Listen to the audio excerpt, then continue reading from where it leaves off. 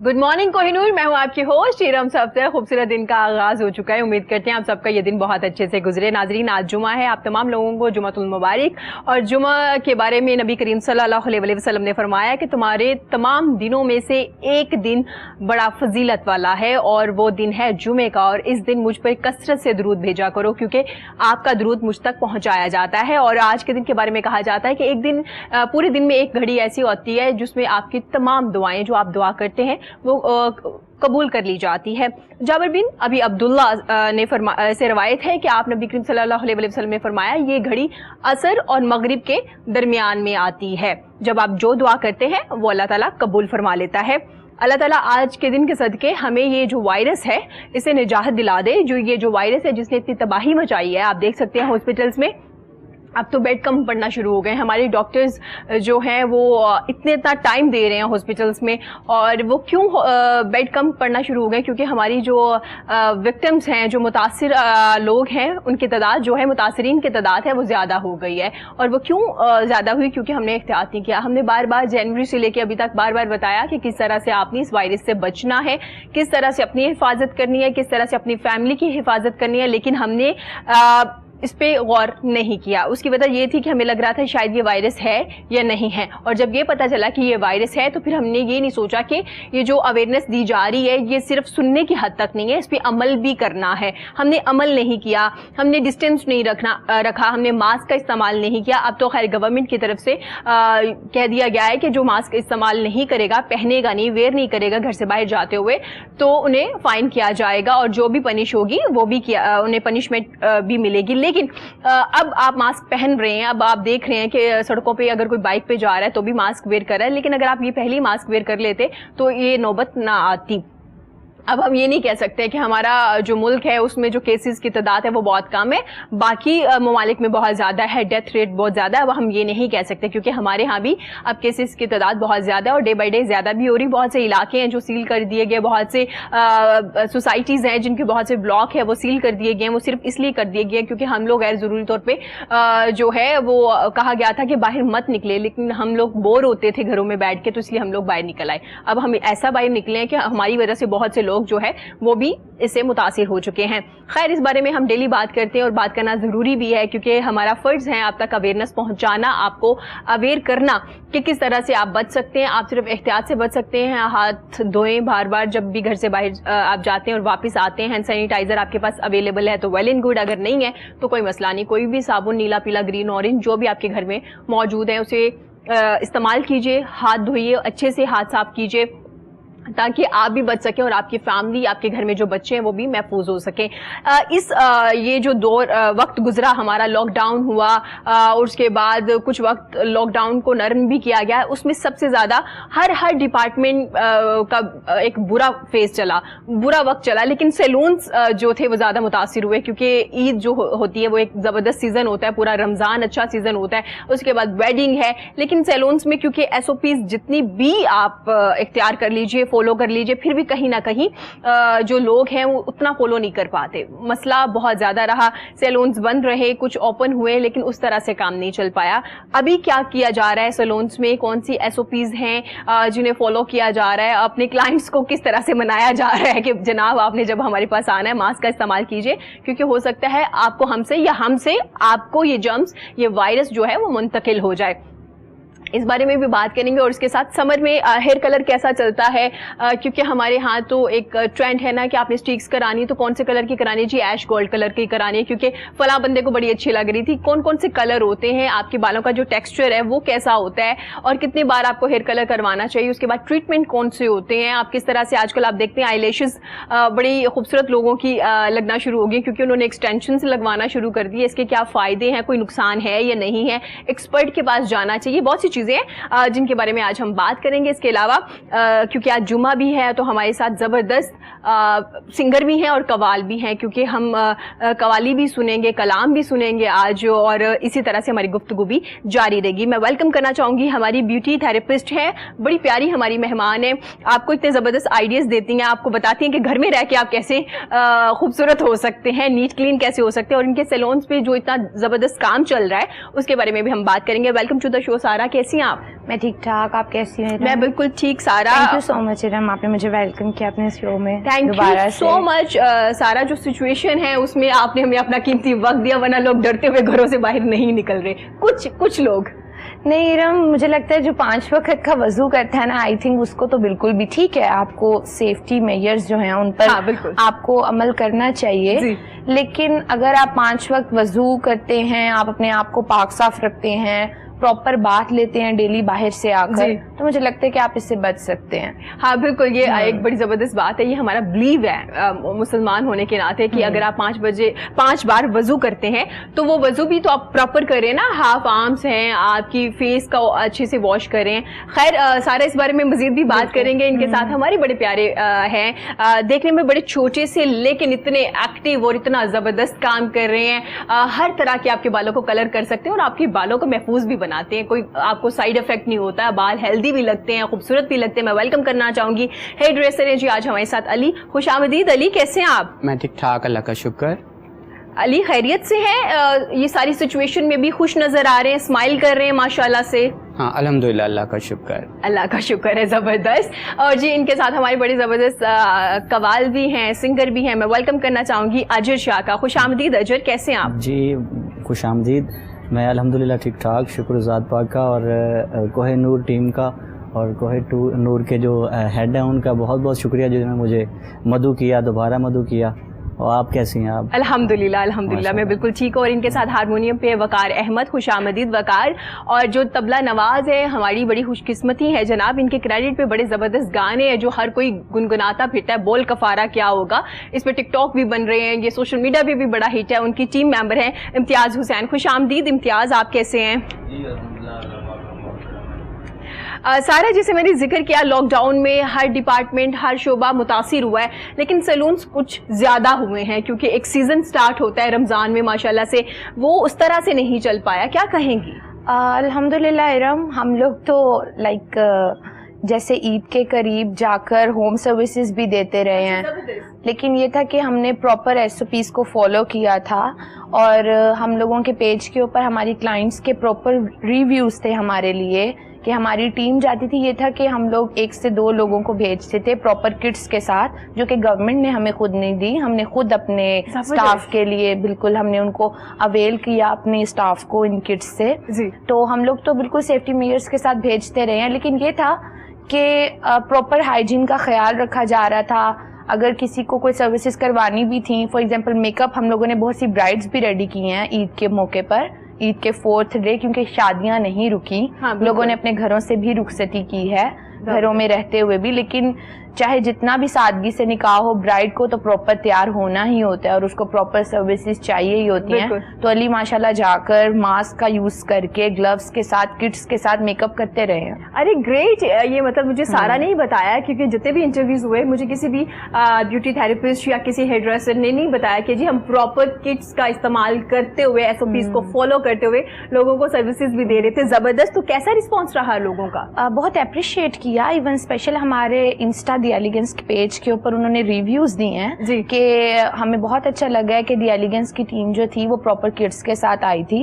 Even bride को ready करने के लिए भी अली ने प्रॉपर किट पहनकर, मास्क लगा के, क्योंकि आपको पता है कि उसमें ज्यादा डिस्टेंस नहीं रख सकते, प्रॉपर मेकअप करना होता है, तो हम लोग जाकर करते रहे हैं सर्विसेज। अरे मेरी टीम जाती रही है। सारा, इसका मतलब है आप लोग तो पहले ही बहुत एक्टिव हो गए थे, आपको पता चल गया था कि अभी हमें नेक्स्ट स्टेप क्या करना है, क्योंकि लोग तो पैनिक नजर आए ना इस सिचुएशन में। एग्जैक्टली, लोग पैनिक नजर आ रहे हैं। काफी इकोनॉमी हमारी जो है वो स्लो डाउन हो रही है और क्या नाम है, बहुत सारे जो बिजनेस हैं वो बंद भी हो रहे हैं। लेकिन हम लोगों ने फर्दर इस SOPs को फॉलो करते हुए हमने फर्दर अपने सैलून के लिए यही स्टेप लिया था कि ठीक है, जितने दिन लॉकडाउन रहेगा, लेकिन हम उस लॉकडाउन के अंदर होम सर्विसेज देंगे और वो भी ये होगा कि सिर्फ रिलेटेड स्टाफ जाएगा। फॉर एग्जांपल, अगर लेडीज को फेशियल चाहिए, मैनिक्योर पेडिक्योर घर पे चाहिए, वैक्सिंग चाहिए, आईलैशेस एक्सटेंशंस चाहिए, तो उसमें भी हमने स्टाफ को भेजा है, लेकिन प्रॉपर एसओपीज के साथ। अच्छा, जबरदस्त। अली से भी पूछेंगे, अली कैसा लगता था पूरा किट पहन के ब्राइड को तैयार करना? सांस भी मुश्किल से आ रहा होता था, डर तो नहीं लग रहा होता था अल्लाह ना करे ये जो माशाल्लाह से जिन्हें खूबसूरत बना रहे वही विक्टिम ही ना हो? नहीं, ऐसी कोई बात नहीं है। डर इसलिए नहीं लगता था कि देखें ये कोरोना वायरस तो अब स्टार्ट हुआ है ना, लेकिन हम लोग जब पहले भी काम कर रहे थे ना तो हम इन चीज़ों का बहुत ख्याल रख रहे थे। अच्छा। हाँ, और हमारे यहाँ सब कोरोना वायरस से डर इसलिए ज्यादा रहे कि वो लोग पहले केयर नहीं कर रहे थे, तो अब वो जब ग्लव्स पहन लेते हैं, मास्क लगा लेते हैं, तो उनको लगता है कि पता नहीं क्या हो गया हमारे साथ, जबकि कोरोना वायरस है या नहीं है। अच्छा, माशाल्लाह आप लोगों के सैलून की ये सबसे अच्छी बात है कि आप लोगों ने जब स्टार्ट लिया तभी ग्लव्स का, मास्क का पूरी टीम के साथ आप लोगों ने बड़ा एहतमाम किया इन चीजों का और खास ख्याल रखा, इसीलिए आप लोग एक्टिव थे। अब आपको पता था कि नेक्स्ट स्टेप हमने क्या लेना है। तो अली, अच्छा रहा रिस्पॉन्स लोगों का? लोगों ने पसंद किया? बहुत अच्छा लगा उन लोगों को। बल्कि देखें, आपके घर अगर कोई आ रहा है तो आपको उससे ज्यादा डर लग रहा होता है ना कि पता नहीं इसकी वजह से हमें ना कुछ हो जाए, लेकिन जब मैं इस तरह गया तो उन्होंने बहुत पसंद किया। उन्होंने कहा कि हमें लगा था कि आप ऐसे ही आओगे बैग उठा के और इस तरह। मैं कहा नहीं, ऐसा नहीं है, अगर आपको जान प्यारी है तो हमें भी। आप हैं तो हम हैं। बिल्कुल बिल्कुल, बड़ी ज़बरदस्त बात है और ये एक अच्छा आइडिया भी है जिन लोगों के सैलून्स नहीं चल पा रहे हैं, जो भी मसला है, जैसे सारा और अली मिलके इतना ज़बरदस्त एसओपीज को खुद से भी फॉलो कर रहे हैं। एक तो गवर्नमेंट की तरफ से है ना, वो लोग खुद भी हाइजीन का, इन चीज़ों का खास ख्याल रख रहे हैं, क्योंकि अगर कोरोना वायरस ना भी हो तो बहुत से जर्म्स ऐसे होते हैं जो सैलून से आपको लग जाते हैं या जो आपके क्लाइंट होते हैं उनसे भी आपको लग जाते हैं। ये बड़ा ज़बरदस्त आइडिया जी, आप फॉलो कर सकते हैं इनके आइडिया को जो इन लोगों ने स्टार्ट लिया, बड़ा ज़बरदस्त है। अजय से पूछेंगे, अजय क्या सूरत हाल है सिंगर्स की और कवाल की? क्योंकि आपने देखा था एक वक्त आ गया था हमारा, ये माशाल्लाह से चाय के जितने भी एक पॉइंट बने होते थे वहां पे कवाली भी चल रही होती थी, लोग चाय भी पी रहे होते थे, अब वो सारा कुछ बंद हो चुका है। वो रौनकें बहाल नहीं होंगी अभी, और इस मामले में मैं अपील भी करता हूँ हुकूमत से कि हम आर्टिस्ट जो हम लाइव प्रोग्राम करते हैं जहाँ पे हम हजूम होता है उनका कोई सदेबाब किया जाए। हम तो ज़ाहिर है हम तो ये काम करते हैं, इसके अलावा तो कोई काम नहीं है हमारा। बिल्कुल। तो मार्केट्स बंद हैं, जो शोज़ हैं वो सारे ऑफ हैं, अल हमरा हाल जो है वहाँ पे शोज़ नहीं हो रहे, सारी ये इशू चल रहा है। तो बस ऐसे ही हम घर बैठे हुए। तो घर बैठ के प्रैक्टिस कर रहे हैं, रियाज कर रहे हैं? प्रैक्टिस तो इंतहा की है, अब ये दिल करता है कि परफॉर्म करें। अच्छा, जबरदस्त। प्रैक्टिस तो पहले भी थी और अब भी है। ये मेरे साथ जो बैठे हुए हैं इम्तियाज भाई सीनियर हैं और ये पूरा वर्ल्ड घूमाए हैं। क्या बात है। अपने इस तबले से, और बड़ा अच्छा है इनका निज़ाम है। ये भी बड़े शान है कि इनके शोज थे, बाहर से कॉल्स आती हैं तो ये नहीं जा पाते, बहुत सी चीजें कैंसिल हो गई, फ्लाइट्स बंद हैं सारी। आप वहाँ पे भी परफॉर्मेंस जो है वो ऑफ हुई हुई है, बंद हो चुकी है। पहले कमिटमेंट दो साल पहले कमिटमेंट होती है ना, कि भैया आपने अगले साल मेरे पास आना है, ये सारा सीन वो सारी कैंसिल हो गई। ओहो, सही कह रहे हैं आप। बहुत से हमारे आर्टिस्ट भी इस वक्त घरों में हैं, बहुत से सिंगर्स भी, क्योंकि जिनके कॉन्सर्ट थे, इवेंट्स है, वो सब कुछ कैंसिल हो गए थे कि 4 करोड़ का नुकसान हुआ है हमारा इनकी ग्रुप का।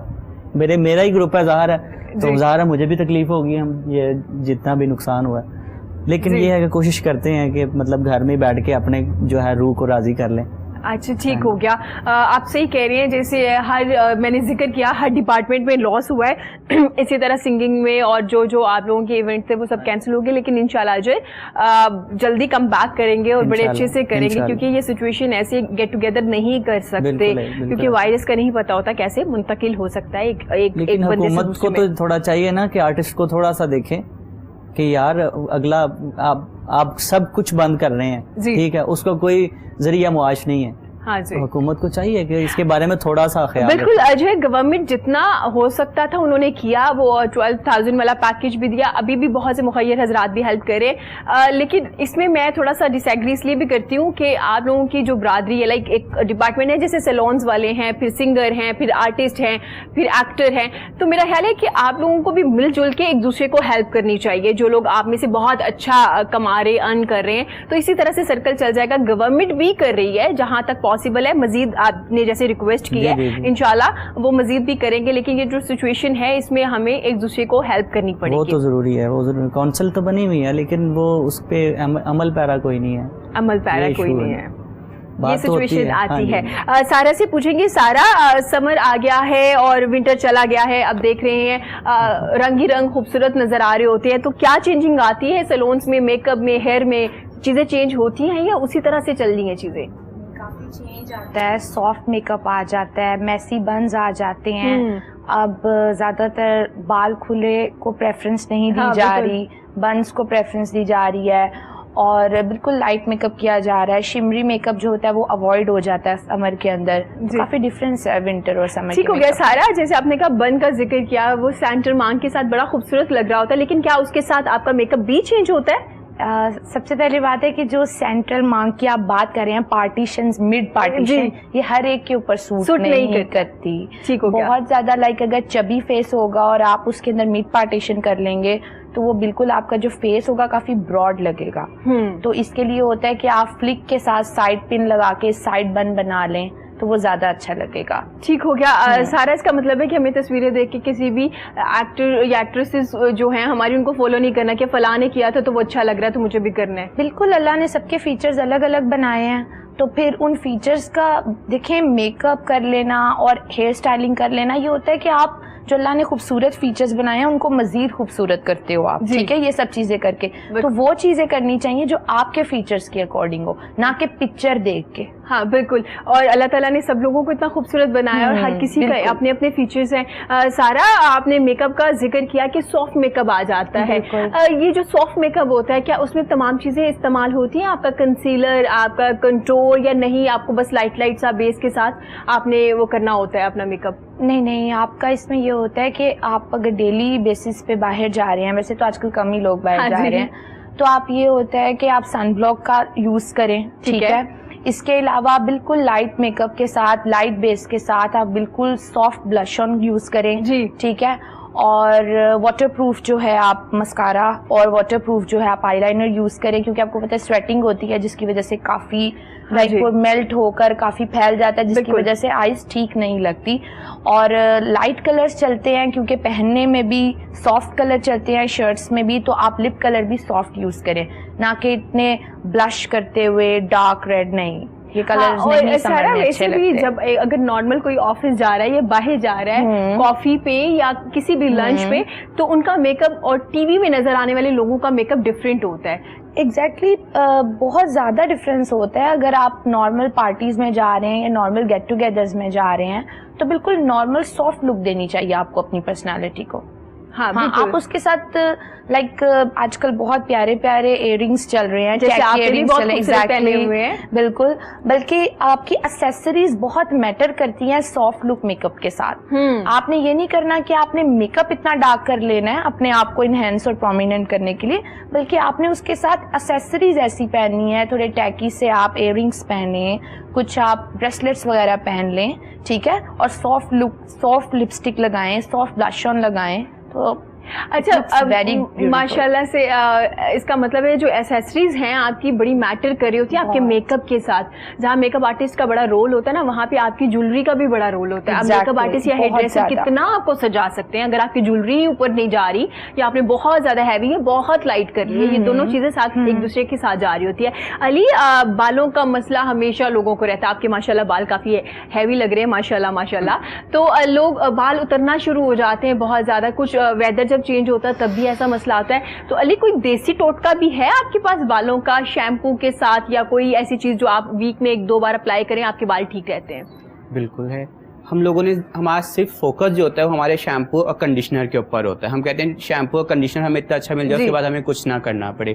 हम लोग ऑयलिंग नहीं करते हैं, हम लोग फारिग टाइम में अपने समय दही नहीं लगाते हैं, हम लोग अपनी डाइट में कोकोनट नहीं लेते हैं। नारियल बहुत अच्छा है इस टाइम, आप जितना नारियल खाओगे उतनी आपकी ग्रोथ अच्छी होगी। ये जो कच्चे वाला नारियल मिलता है ये बहुत अच्छा है हमारे बालों के लिए, आई लैशेस के लिए, हमारी आईब्रोज के लिए, नेल्स और स्किन के लिए तो बहुत ही अच्छा है। क्या बात है, मुझे नहीं पता था कि ये इतना अच्छा होता है। क्योंकि देखिए स्वेटिंग होती है ना तो पोर्स हमारे क्लोज हो जाते हैं, उसके बाद हमें एक्ने निकलना शुरू हो जाती है। अगर हम नारियल ले रहे हैं तो वो ठंडा होता है, बिल्कुल ठीक है, तो हमारे पोर्स क्लोज नहीं करेगा, हमें ऑक्सीजन मिलती रहेगी। इसी तरह हमारे बालों को भी ऑक्सीजन मिलेगी तो हमारे बाल कभी भी नहीं उतरेंगे। अली, मैंने आपका एक टोटका देखा था बहुत पहले, आप कुछ शैम्पू के अंदर ऐड करके लोगों को बता रहे थे कि ये इस्तेमाल कीजिए, आपके बाल बड़े अच्छे रहेंगे। मैं चाहूंगी हमारे साथ वो शेयर जरूर कीजिए। जरूर, वो मैं खुद भी करता हूँ।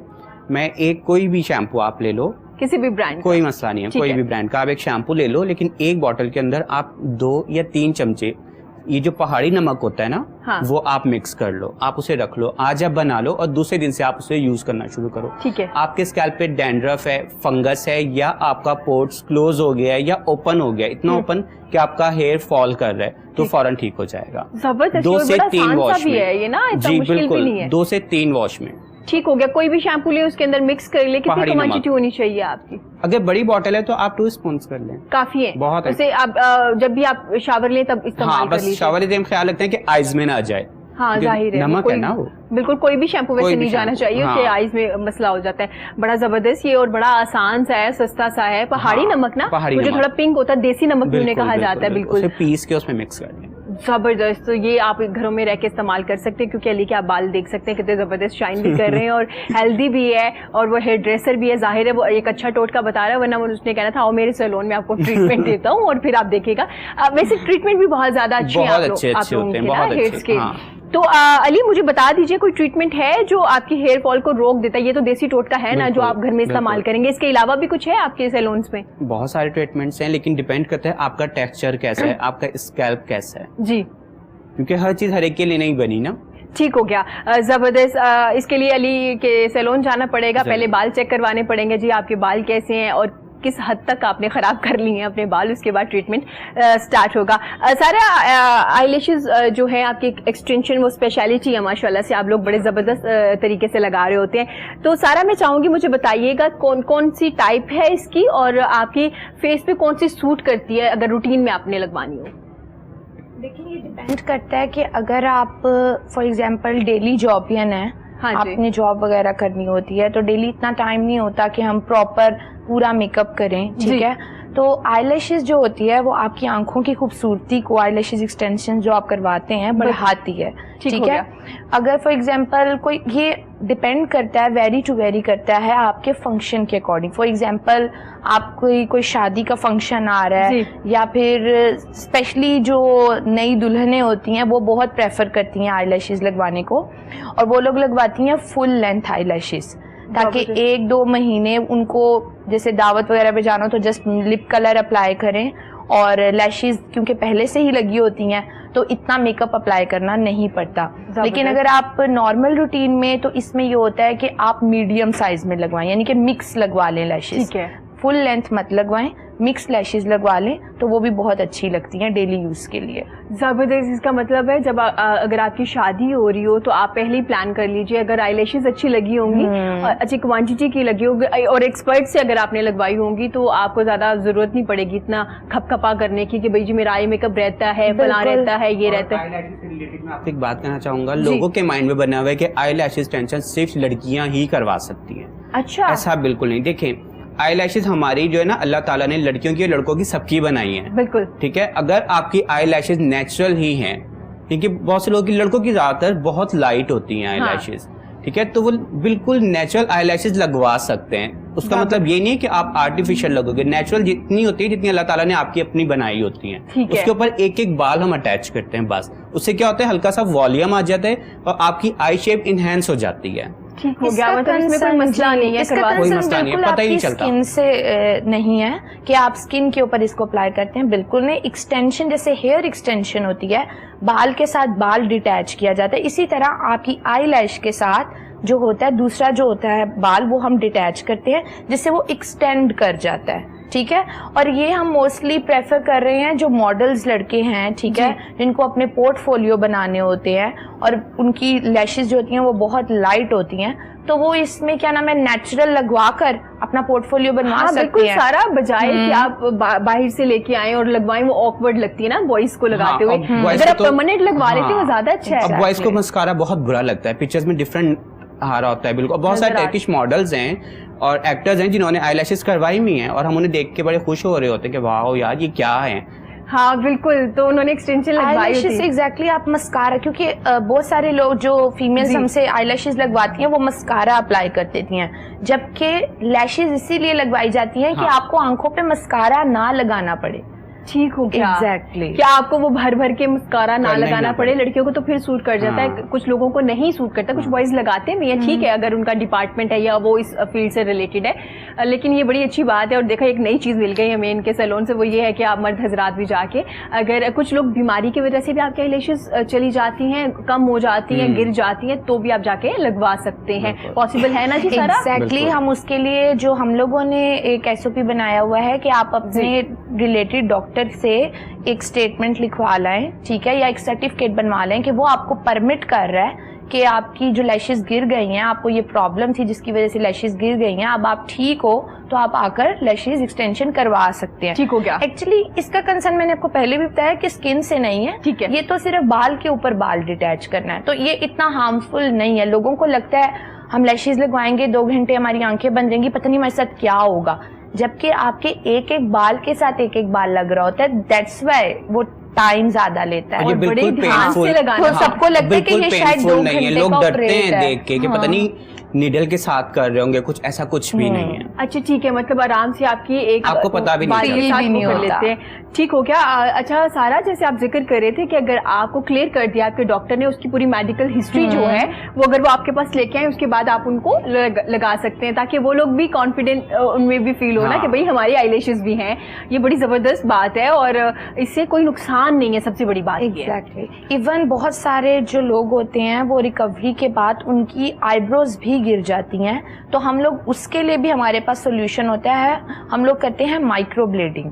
ठीक हो गया। इस तरह होता है कि लोगों की बिल्कुल पूरे बाल गिर जाते हैं, आईब्रोज के भी। लैशेस तो गिरती हैं, के ज्यादातर ये स्पेशली कीमोथेरेपी के बाद उनके साथ ये प्रॉब्लम होता है कि उनके सर के बाल भी चले जाते हैं, आईब्रोज के भी बाल चले जाते हैं। तो उसके लिए ये होता है कि जब तक उनके नए बाल निकलते हैं तो उसकी जगह हम लोग सेमी टैटू पिगमेंट फिल कर देते हैं बालों जैसा। ठीक है जी, आप कभी हमारा पेज विजिट करें तो उस पर है इसकी पिक्चर भी, जो हमने एक रिसेंटली एक पेशेंट थी उनके हमने किए थे, तो वो भी खुश हो जाते हैं उनके लिए कि हमारी ये चीजें दोबारा चलो वापस आ गई। हाँ, क्योंकि बड़ी अहम होती है स्पेशली खवातीन के लिए। लोग बड़े कॉन्शियस होते हैं अपने आईब्रोज को लेके कि भाई मेरी थिक चाहिए, लाइट चाहिए, और अगर खुदा ना खासा अगर आप पेशेंट हैं और आपके आईब्रोज चले गए हैं आपकी बीमारी की वजह से, तो बिल्कुल घबराना नहीं है, सारा के पास जाइए, बिल्कुल वो ट्रीट कर देंगे और आपके नेचुरल जो जिस तरह के पहले आपके आईब्रोज थे बल्कि उससे भी खूबसूरत आपके आईब्रोज हो जाएंगे और आप भी खुशी खुशी अपने फंक्शन अटेंड कर सकते हैं, कोई ऐसा मसला नहीं। हमारे साथ अजर भी मौजूद है।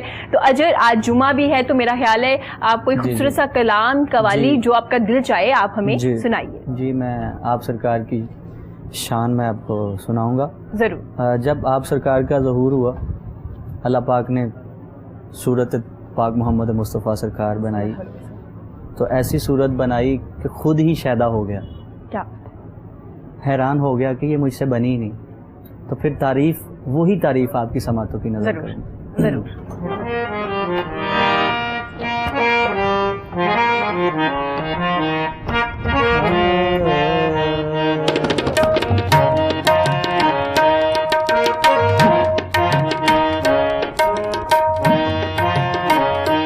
तेरी तौसीफ कैसे करूं मैं रकम, तेरी तौसीफ कैसे करूं मैं रकम, आमिना के पिसर तेरी क्या बात है, तेरी तौसीफ कैसे करूं मैं रकम, तेरी तौसीफ सारा कुरान तेरी तौसीफ, सारा कुरान तेरी तौसीफ, सारा कुरान कैसे सारा कुरान, कैसे सारा कुरान, सारा कुरान तेरी तौसीफ,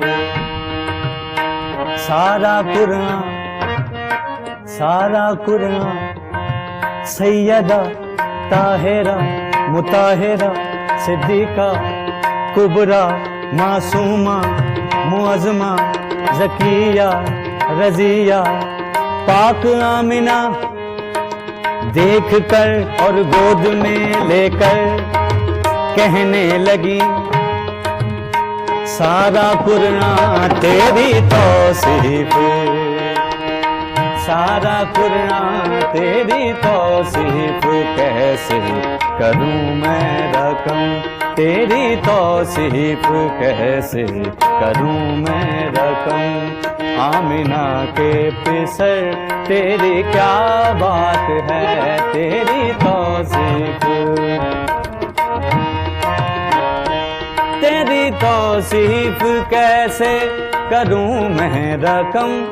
आमिना के पिसर तेरी क्या बात है, आमिना के पिसर तेरी क्या बात है। तेरी सूरत पे आशिक खुदा हो गया, तेरी सूरत पे आशिक खुदा हो गया। हुस्न के ताजवर तेरी क्या बात है, तेरी सूरत पे आशिक खुदा हो गया, तेरी सूरत पे आशिक खुदा हो गया। हुस्न के ताजवर तेरी क्या बात है, तेरी तौसीफ।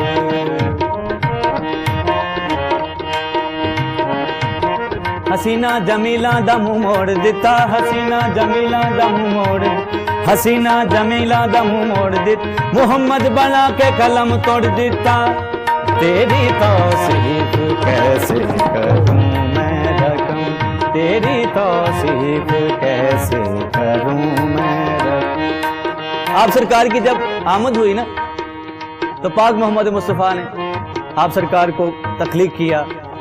उसके बाद आप सरकार को अल्लाह पाक क्या कह रहे हैं? हुस्न का जब सरापा मुकम्मल हुआ, हुस्न का जब सरापा मुकम्मल हुआ। अपने फन पे मुसव्वर को रश्का गया, कह उठा खुद खुदा है मेरे मुस्तफा, कह उठा खुद खुदा है मेरे मुस्तफा। मैं तो मैं हूँ मगर तेरी क्या बात है, कह उठा खुद खुदा है मेरे मुस्तफा। मैं तो मैं हूँ मगर तेरी क्या बात है, तेरी तौसीफ,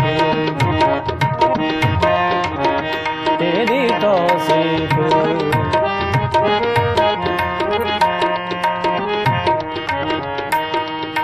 सारा कुरान तेरी तौसीफ, सारा कुरान तेरी तौसीफ, सारा कुरान तेरी तौसीफ, सारा कुरान तेरी तौसीफ। सवा लाख अंबिया का कहना है ये, सवा लाख अंबिया का कहना है ये। सारा कुरान तेरी तौसीफ,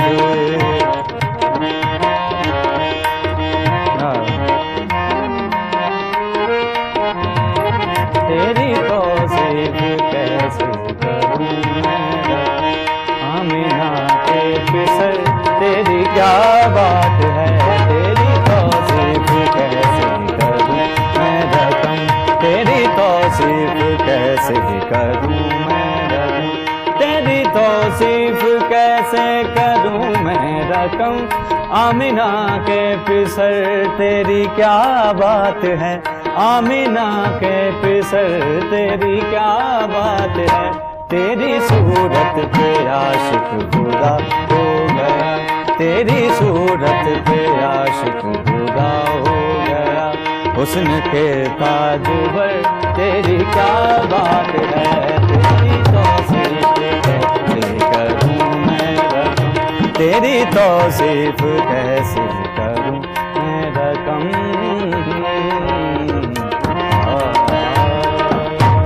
क्या बात है, सुभान अल्लाह। बहुत खूब, बहुत खूब।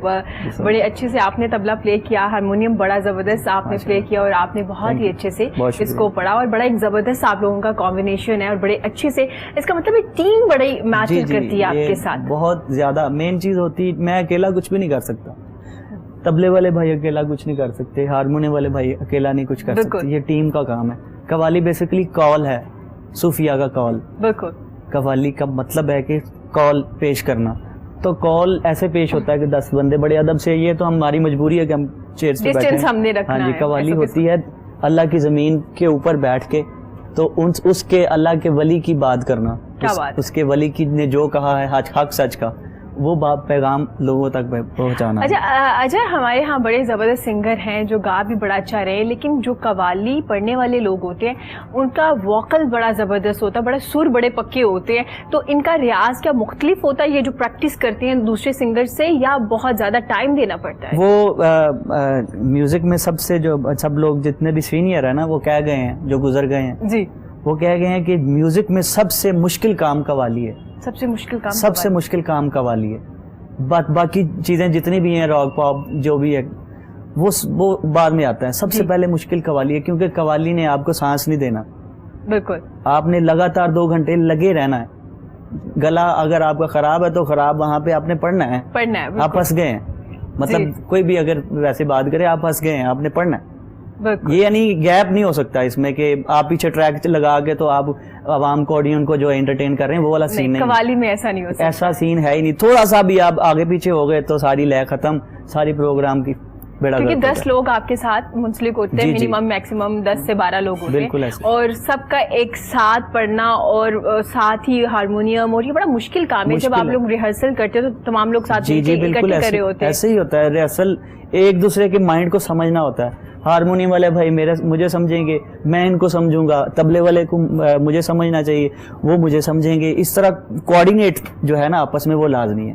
इशारे की जुबान भी होती है, हाँ बिल्कुल, तो बिल्कुल। सुर की जुबान भी होती है। जैसे मैंने एंड वाले लफ्ज के वो इसका मतलब एंड हो गया, तो वो तबले भाई को समझ आ गई कि भाई खत्म, हम खत्म। हाँ जी, क्या बात है, जबरदस्त। ये सारी चीजें और भी बड़ी चीजें हैं जो हमारे सीनियर्स को पता है, सबको पता है। तो ये सबसे मुश्किल काम है, सबसे मुश्किल काम है कवाली पढ़ना। जैसे अजहर बात कर रहे हैं टीम का, तो जाहिर है सैलून्स में भी टीम होती है जो काम कर रही होती है हर डिपार्टमेंट में, हेयर के डिपार्टमेंट में, मैनी पैडी के डिपार्टमेंट में। तो सारा आपकी टीम कितनी आपकी बात को अंडरस्टैंड करती है, आपके इशारों को, क्योंकि काम बहुत ज्यादा होता है ना, अब पकड़ के तो नहीं सबको समझा सकते, तो कितनी अंडरस्टैंडिंग है टीम के साथ? बहुत ज़्यादा अच्छी। हम लोग इवन लॉकडाउन के दिनों में मेरी जो टीम थी वो बेशक घर पे थी, लेकिन हम लोगों को क्योंकि कॉल पे अपॉइंटमेंट्स हम ले रहे थे, तो इसकी वजह से ये होता है कि हम लोग फ़ौरन से जो भी हमारा एक वर्कर होता था, हम उसको कॉल दे देते थे कि कल सुबह 10 बजे 11 बजे आपने किड्स के साथ प्रॉपर इस जगह पर पहुंचना है। तो बिल्कुल बहुत अच्छी कम्युनिकेशन है हमारे स्टाफ के साथ। स्पेशली मेरी और अली की कोऑर्डिनेशन बहुत ज़्यादा सख्त होती है हमारे स्टाफ के लिए। हाँ बिल्कुल, और ज़रूरी भी है। मेरा ख्याल है जो लीडर होते हैं ना, वही बता रहे होते हैं ना टीम ने क्या करना है, और काम के वक्त अगर आप बहुत नरम हो जाएंगे तो मेरा ख्याल है काम ही नहीं आपका। अली बेसिकली क्योंकि प्रोफेशनल कोर्सेज भी करवाते हैं, तो ये टीचर बनकर भी काम कर रहे होते हैं, फिर ऊपर से ये सारे स्टाफ के साथ कोऑर्डिनेट कर रहे होते हैं।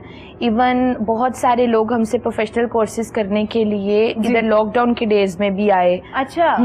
मतलब कि अली ने डेली उनकी क्लासेस टाइमिंग रखी होती थी कि मंडे को आपका दिन है, ट्यूसडे को आपने आना है, तो इस तरीके से एक टाइम टेबल बनाया हुआ है। इसको भी फॉलो हो रहा था और काम भी जारी था। क्लासेस अली बेसिकली घर में उनको दे रहा है, ठीक है, क्योंकि सैलून की एक टाइमिंग स्पेसिफिक कर दी गई। दूसरा, कभी 14 दिन का लॉकडाउन हो जाता है तो कभी 15 दिन का हो जाता है। इसकी वजह से नहीं है, अली ने अपने घर में ही एक क्लासरूम सा बना लिया है जहाँ पर हम प्रोफेशनल कोर्सेज करवा रहे हैं, लेकिन डेली बेसिस पे हम एक बच्चे को 2 आवर्स की क्लास देते हैं। जबरदस्त। लास्ट टाइम जब अली आए तो बता रहे थे कि हमने स्टार्ट कर लिया है, तो अली कितने स्टूडेंट हैं इस वक्त आपकी क्लास में, कितने लोग सीख रहे हैं आपसे? माशाल्लाह 10 लोग हैं, मेल फीमेल दोनों हैं। तो क्या देख रहे हैं? मुझे लगता है जो लड़के होते हैं वो ज्यादा सीख जाते हैं मेकअप और हेयर का काम, या ऐसा नहीं, लड़कियां जल्दी सीखती हैं? नहीं, लड़के और लड़कियों की बात नहीं है, बात है कि आपका माइंड। हाँ, बहुत सी लड़कियां ऐसी हैं कि जिनको हम थ्रेड पकड़ना बता रहे होते हैं लेकिन उनको नहीं आ रहा होता, और बहुत से लड़के ऐसे हैं जो सिर्फ देख रहे होते हैं और वो ऐसे पिक कर लेते हैं। जबरदस्त, ठीक हो गया। तो आपका जो माइंड है ना, वो आपका आर्टिस्टिक माइंड होना चाहिए इस फील्ड के लिए। ठीक हो गया। अली, हमने देखा होगा बहुत से कोर्सेज डिफरेंट सैलून्स करवा रहे होते हैं, उनके वो डील्स भी आ रही होती हैं कि जी 3 मंथ्स का है, 2 मंथ्स का है, 1 मंथ का है। आप अपनी जो आपके स्टूडेंट्स हैं उनमें क्या सबसे अलग काम करवा रहे हैं? क्योंकि काम तो आप मेकअप का सिखा देंगे, हेयर का भी है, ग्रूमिंग जो है ना वो बड़ी मैटर करती है कि आपने अपने क्लाइंट को कैसे डील करना है।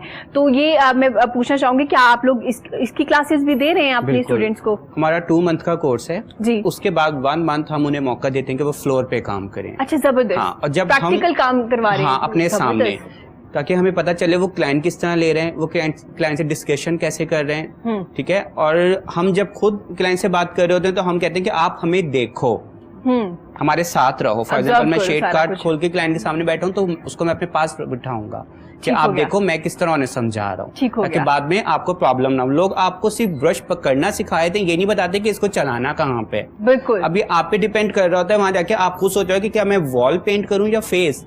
हाँ, ट्रू है ना। बिल्कुल, तो कोई भी आपको इतनी डीपली नहीं बता रहा होता, ये चीजें बतानी चाहिए। सारा भी कुछ कहना चाह रही जी। ऐसे है कि मैं आपको एक बात तो, सबसे पहले हम जो हमारे पास प्रोफेशनल कोर्स करने के लिए आते हैं, हम उनसे उनका इंटरेस्ट, एरिया ऑफ इंटरेस्ट पूछते हैं। अच्छा। आप ग्रूमिंग के लिए आए हो, आप प्रोफेशनल कोर्स के लिए आए हो, ठीक है, या आपका आगे कोई बिजनेस प्लान है, ठीक है। इस 3 कैटेगरीज के लोग हमारे पास आते हैं। कुछ लोगों को सेल्फ ग्रूमिंग की जरूरत होती है, ठीक है, कुछ लड़कियां होती है ना शादी से पहले भी कर लेती हैं। एग्जैक्टली। उसके बाद जो प्रोफेशनल कोर्स करने के लिए आते हैं, उन लोगों का होता है कि हमारा सोर्स ऑफ इनकम आगे चलकर यही होगा, ठीक है, ठीक है। तो ये जो प्रोफेशनल कोर्स करने के लिए आते हैं ना, उनको हम मौका देते हैं कि आप फ्लोर पर काम करें। एक हेजिटेशन होती है क्लाइंट के दरमियान और वर्कर के दरमियान। हाँ, बिल्कुल। तो जब हम उनको वो काम करने का मौका देते हैं ना, तो वो उनकी हेजिटेशन खत्म हो जाती है। ठीक हो गया। फिर उसके बाद ये होता है कि हम उनको एक सर्टिफिकेट देते हैं, जिसकी वजह से, जिसके बाद वो ऑथराइज्ड हो जाते हैं कि अब ये एक ब्यूटिशियन है। अब जो बिजनेस प्लान करने के लिए आते हैं, उनका ये होता है कि एक ऑनर को जब तक अपनी सीट पर बैठकर ये पता ना हो कि उसका वर्कर वहां पर गलती कर रहा है, तो वो ऑनर नहीं कहला सकता। हाँ, बिल्कुल। तो बिजनेस करने वालों को हम लोग बेसिकली कहते हैं कि आप बेसिक सब सीखो, जिसमें इवन आप आई लैशेस एक्सटेंशंस और माइक्रो ब्लेडिंग भी सीखो। ठीक हो गया। ताकि एक गलत बाल लगना या एक गलत कट लगना से कितना नुकसान हो सकता है किसी क्लाइंट का। बिल्कुल। तो इस तरीके से हम लोग उनके एरिया ऑफ इंटरेस्ट देखकर उनको प्रोफेशनल कोर्सेज करवा रहे हैं। अच्छा, जबरदस्त। ये तो बड़ी जबरदस्त बात है कि अगर आप चूज कर लीजिए तीनों में से कोई भी एक डिपार्टमेंट जो आपने करना है, प्रोफेशनल करना है या आपने कोई बिजनेस करना है। सारा आपने जिक्र किया कि जब तक ऑनर को ये पता नहीं ना होगा कि उसका जो एम्प्लॉय है वो किस तरह से काम कर रहा है, तो प्रेशर ज्यादा नहीं होता एक मालिक पे, ऑनर पे, जो सारा देख रहा होता है, क्योंकि वो काम भी करवा रहा है, पूरे फ्लोर पे जो जो काम हो रहा है, चाहे हेयर का हो रहा है, मेकअप का हो रहा है, उसको भी देख रहा है और अपने क्लाइंट को सेटिस्फाइड करके वापस भेज रहा है। अगर आपको अपने काम से प्यार है ना, तो मुझे लगता है कि कुछ भी प्रेशर आपको फील नहीं होता। और काम सीखने के लिए ना, हम लोग एक्चुअली किसी को काम सिखाते हैं कि मैं अगर आपको किताबें दे दूं कि आपने तैरने की किताबें देखनी है, जब तक आप पानी में नहीं कूदेंगे आपको पता नहीं चलेगा कि गहराई कितनी है, कितनी गहराई पे रहना है और कैसे हाथ पांव चलाने हैं। बिल्कुल। तो इसलिए इस काम को आपको हर चीज का अपने स्पेसिफिक एरिया का थोड़ा थोड़ा पता होना जरूरी है। बिल्कुल। ताकि अगर क्लाइंट आकर आपसे किसी वर्कर की कंप्लेन कर रहा है तो आप अंडरस्टैंड तो करें कि क्लाइंट कह क्या रहा है। हाँ, बिल्कुल। मसला कहाँ पे आ रहा है? ऑनर को ही नहीं पता कि मसला कहाँ पर आ रहा है, तो फिर कैसे चलता है काम? अच्छा, क्योंकि बहुत सी हमारी खवातीन हैं जिन्होंने सैलून बना लिया लेकिन वो खुद ब्यूटिशियन नहीं है, जिन्होंने खुद कोर्स नहीं किया हुआ है, वो रिसेप्शन पे सिर्फ बैठी होती हैं और वो बस डील कर रही होती हैं अमाउंट से और जो आपका लेन देन जो हो रहा होता है आपके सैलून में। तो मैंने इसलिए ये सवाल किया कि कितना जरूरी होता है एक ऑनर के लिए, एक मालिक के लिए, कि जो उसके एम्प्लॉइज है वो कैसे काम करें, आया उसके जो क्लाइंट है वो मुतमईन भी है काम से या नहीं है, और प्रॉब्लम कहाँ पे आ रही है। अगर आने वाले क्लाइंट को देख के ऑनर ही नहीं बताएगी कि आपके ऊपर हेड टू टो किन चीजों की कमी है, आपके बालों का टेक्सचर इस टाइम खराब हुआ है, आपकी स्किन खराब हुई है, हम जब तक ये सामने वाले क्लाइंट को बताएंगे तो उसको कैसे पता चलेगा। फिर एक एडमिनिस्ट्रेटर एक ब्यूटिशियन नहीं बन सकती।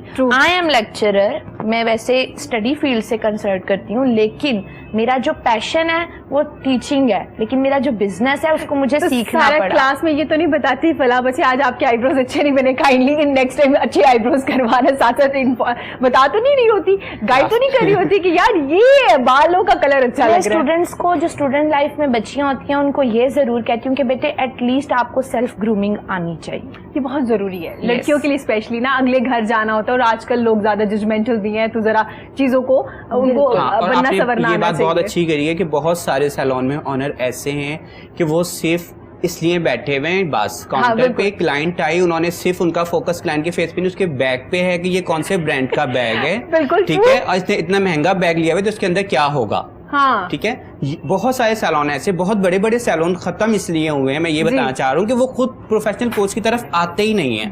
हाँ, आप हो देखो, अगर मैं यहाँ बैठा हुआ हूँ, इस गिलास को मैं ऐसे पकड़ूंगा तो आपको पता चल जाएगा कि मुझ में कितनी तमीज है। अगर मैं इसको इस तरह पकड़ूंगा तो आपको पता चल जाएगा। ठीक है, अगर आप भी ऐसे पकड़ने वाले होंगे तो आपको तो फील ही नहीं होगा। तो इसलिए बेहतर है कि ऑनर को चाहिए सबसे पहले खुद इस फील्ड में आए और फिर सबसे काम करवाए। हाँ। आपको ये नहीं कि आपका स्टाफ सामने बैठा हुआ है या साइड पे बैठा हुआ है, क्या कर रहा है आपको पता होना चाहिए। आपको ये पता होना चाहिए कि इस वॉल के पीछे वो आपके क्लाइंट से क्या डिस्कशन कर रहा है। समटाइम लोग ओवर हो जाते हैं, ओवर कॉन्फिडेंस में आके कोई आईब्रो उड़ा देता है, कोई स्किन को कट कर देता है। वो एक छोटी सी बात कहने वाले के लिए बहुत छोटी बात है, लेकिन बहुत बड़ी बात है, बहुत बड़ी बात है कि एक बंदा चल के आपके सैलून आया, आप पे ट्रस्ट करके आपके आगे बैठा है, वो बहुत बड़ी बात है। और अली, कुछ लोग ऐसे भी होते हैं, अगर आप बहुत अच्छा काम करें, समटाइम कुछ छोटी सी भी मिस्टेक हो ना, लोग आना बंद कर देते हैं। बिल्कुल। लोग फौरन से कहते हैं कि नहीं नहीं नहीं, अब नहीं जाऊंगी, मेरे साथ ये मसला हुआ था उस सैलून में, और फौरन से पूरे ग्रुप में डाल देते हैं लोग। हाँ। वो अच्छा काम भूल जाते हैं, तो इसलिए बड़ा कॉन्शियस होकर ये काम करना पड़ेगा। और ये जैसे अली ने जिक्र किया, अगर आप ऑनर हैं, आपने सैलून खोल लिया है, आपको बड़ा शौक हो रहा था इर्द गिर्द के लोगों को देखते हुए, तो काइंडली आप कोर्स भी कर लीजिए, पहले सीख लीजिए। बेशक आप प्रैक्टिकल इतना नहीं करना चाहते अगर आपके पास ज्यादा लोग हैं, लेकिन सारा जैसे जिक्र कर रही थी, आपको खुद पता होना चाहिए कि आपके क्लाइंट को किस चीज की ज्यादा जरूरत है। सारा आप लोगों के डिफरेंट फेशियल हैं जिसमें बड़े जबरदस्त सीरम इस्तेमाल किए जाते हैं, जिससे स्किन बड़ी ग्लो करती है, कलर बड़ा नीट होता है। मैं चाहूंगी वन बाय वन हम कुछ हाइड्रा फेशियल जो बहुत सुना जाता है आजकल, और डिफरेंट सैलून में पहले होना शुरू हुआ था एक दो में, और अब आजकल हर अवेलेबल है ये वाला जो है फेशियल। इसका क्या फायदा है और इसका भी कोई तरीकाकार है करने का, या मैं या अजर उठ के कोई भी कर सकता है इस फेशियल को भी? सबसे पहले मैं ये क्लियर करना चाहूंगी कि हाइड्रा फेशियल जो है, इसका कंसर्न डीप क्लिनजिंग से है। ठीक है, इसका कंसर्न बिल्कुल भी आपके वाइटनिंग से नहीं है कि आप वाइट हो जाएंगे। ठीक है, ठीक है। हाइड्रा फेशियल जो है सबसे ज्यादा रिकमेंड किया जा रहा है मेल्स को मोस्टली मेल्स, यानी कि मेल्स के लिए जरूरी नहीं होता कि वो इतने गोरे लगे, उनको चाहिए होती है डीप क्लिनजिंग। ठीक है, तो हाइड्रा फेशियल के लिए सबसे पहले एक्चुअली मैं आपको एक बात बताऊं, मशीन्स तो हाइड्रा की सब सैलून्स रख लेते हैं, लेकिन actually hydra is the game of serums. अगर आपके पास परफेक्ट सीरम नहीं है डीप क्लिनजिंग के, तो आप कैसे हाइड्रा फेशियल कर रहे हो? मोस्टली मेरे पास फीमेल आती हैं तो वो कहती हैं कि मैं हाइड्रा करवा रही हूँ, तो मैं उनसे क्वेश्चन मेरा हमेशा यही होता है कि आप जो हाइड्रा करवा रही हैं उसमें आपकी जो ब्यूटी थेरेपिस्ट है वो कौन से सीरम यूज कर रही हैं? तो वो कहते हैं ये तो मुझे नहीं पता। उनका आंसर लिटरली यही होता है। ठीक है, तो hydra is concern is just to deep cleansing, इसका डीप वाइटनिंग से कोई कंसर्न नहीं है। ठीक है, आपके वो पोर्स, कुछ लोगों के पोर्स जो होते हैं वो प्रोमिनेंट होते हैं स्किन के ऊपर, ठीक है, तो उनको क्लोज करने के लिए हाइड्रा फेशियल करवाया जाता है। ऑक्सीजन स्प्रे किया जाता है आपकी स्किन के ऊपर। एक्चुअली उस स्प्रे का जो पर्पस होता है ना, हमारे स्किन के अंदर एक्ने तब होती है जब सिबम जो होता है, हमारी स्किन का जो ऑयल होता है, वो क्या करता है, स्किन के जो पोर्स होते हैं उनको अंदर एक ब्लॉकेज कर देता है, जिससे क्या होता है, वो ऑयल इकट्ठा होना शुरू हो जाता है। वो स्किन के अंदर ऑयल इकट्ठा होना शुरू हो जाता है तो डस्ट भी इकट्ठा होना शुरू हो जाती है। हर कोई तो डेली डीप क्लींजिंग नहीं करता, जिससे क्या करता है, उस जगह पर एक स्पॉट बन जाता है। पहले वो अंदर बनता है, ठीक है, फिर अंदर बनते बनते जब आप डीप क्लींजिंग करते हो हाइड्रा फेशियल से, तो वो बाहर की तरफ आता है और फिर उसको रिमूव करते हैं। ठीक हो तो हाइड्रा क्या करता है, उसके अंदर एक सक्शन एरिया होता है जो कि आपकी डीप क्लींजिंग करता है स्किन की। जबरदस्त, इतनी डिटेल में कभी भी किसी सैलून वाली ने आपको नहीं बताया होगा कि भाई बेसिकली इसका मकसद क्या है हाइड्रा फेशियल का सारा, क्योंकि हमारे यहाँ कॉन्सेप्ट है ना, फेशियल का मतलब है गोरे हो जाना, और अक्सर लोग पूछते भी हैं कि भाई मुझे कोई रिजल्ट नहीं आया, मतलब कि मैं गोरी नहीं हुई। तो ये एक डिटेल में उन्होंने बताया कि इसका मकसद क्या है और क्यों करवाना चाहिए, कौन से लोगों को करवाना चाहिए। यहाँ वक्त हुआ है छोटे से ब्रेक का, लेकिन ब्रेक से पहले अजर भी हमारे साथ है और वकार है, हुसैन, मुमताज हुसैन, सब लोग हमारे साथ मौजूद हैं। तो हम इनसे खूबसूरत सी आवाज में कवाली या कलाम सुनेंगे और इसके बाद फिर हाजिर होंगे। मौला अली सरकार की शान में।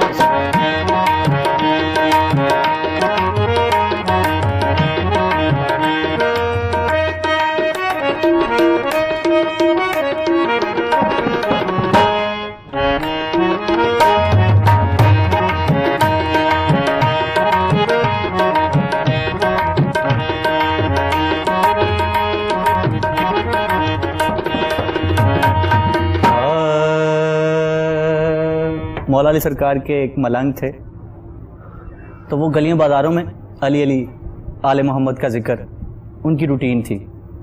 तो उस वक़्त जो हाकिम था ना, वो बड़ा ही जो है आले मोहम्मद पाक मोहम्मद मुस्तफ़ा सरकार काफिर था। तो कहता तुम अली अली ना किया करो, आले मोहम्मद का जिक्र ना किया करो, तुम हुकूमत का नाम लिया करो। आप सरकार कहते हैं आप सरकार मिसम कहते हैं कि मैं तो बाज आने वाला नहीं हूँ, क्योंकि मैं अपने मालिकों का नाम ले रहा हूँ, तुम्हें क्या। फिर वो हुकूमत का वो जो मेन कारिंदा था, उसने कहा अगर तुम बाज ना आए तो तुम्हारी ज़ुबान काट दूंगा। आप सरकार मुस्कुराए और कहा कि कोई डराने वाली बात और करो जिससे मैं डर जाऊं। है तू अगर फिर बाज ना आया, पहले तुम्हारी ज़ुबान काटूंगा, फिर तुम्हें सूली पे चढ़ाऊंगा। सरकार ने फिर वही कहा कि जिसका खाऊं मैं उसके गीत गाऊं, तो चढ़ा दो सूली। क्या बात। सरकार को सूली चढ़ाया। सूली पे चढ़ा के सरकार ने जो बात की, फराजेदार सूली, फराजेदार पे मिसम बयान देते हैं, रहेगा नाम अली हम जुबान देते हैं। ए तनवी अली दात मेरा मन में दीदार, ए तनवी अली दात मेरा मन में दीदार, ए तनवी अली दात मेरा मन में दीदार, ए तनवी अली दात मेरा मन में दीदार, ए तनवी अली दात मेरा मन में दीदार। अली इमाम मनस्ता मनम गुलाम अली, अली इमाम मनस्ता मनम गुलाम अली, हजार जान गिरामी फिदावना में अली। ए तनवी अली दात मेरा मन में दीदार, ए तनवी अली दात मेरा मन में दीदार। तन पर अली अली हो जुबां पर अली अली, तन पर अली अली हो जुबां पर अली अली, मर भी गया कफन पे लिखना अली अली। ए तनवी अली दात मेरा मन में दीदार, ए तनवी अली दात मेरा मन में दीदार। शुक्रन लिल्लाह, शुक्रन लिल्लाह, शुक्रन लिल्लाह, शुक्रन लिल्लाह, शुक्रन लिल्लाह, शुक्रन लिल्लाह, शुक्रन लिल्लाह। ए तनवी अली दात मेरा मन में दीदार, ए तनवी अली दात मेरा मन में दीदार। ए जान भी अली दिए, ए जान भी अली दिए, बदन भी अली दा। ए तनवी अली दात मेरा मन में दीदार, ए तनवी अली दात मेरा मन में दीदार, ए तनवी अली दात मेरा मन में दीदार, ए तनवी अली दात मेरा। हाकिम कहता है कि अपने मालिकों की शान बताओ, जिस बात पे तुम अकड़ रहे हो मुझे बताओ तो सही, किस मालिक जो तो तुम्हारे मालिक हैं किस शान के मालिक हैं। तो सरकार ने छोटी सी शान बताई। जन्नत दे नौजवान दे सरदार ने जेड़े, जन्नत दे नौजवान दे सरदार ने जेड़े, जन्नत दे नौजवान दे सरदार ने जेड़े, अल हसनो वल हुसैनो सैयदा शबाबे अहलल जन्ना। जन्नत दे नौजवान दे सरदार ने जेड़े, जन्नत दे नौजवान दे सरदार ने जेड़े, हुसैन भी अली दाए, हुसैन भी अली दाए, हसन भी अली दा। ए तनवी अली दात मेरा मन में दीदार, ए तनवी अली दात मेरा मन में दीदार, ए तनवी अली दात मेरा मन में दीदार, ए तनवी अली दात मेरा मन में दीदार, ए तनवी अली दात मेरा।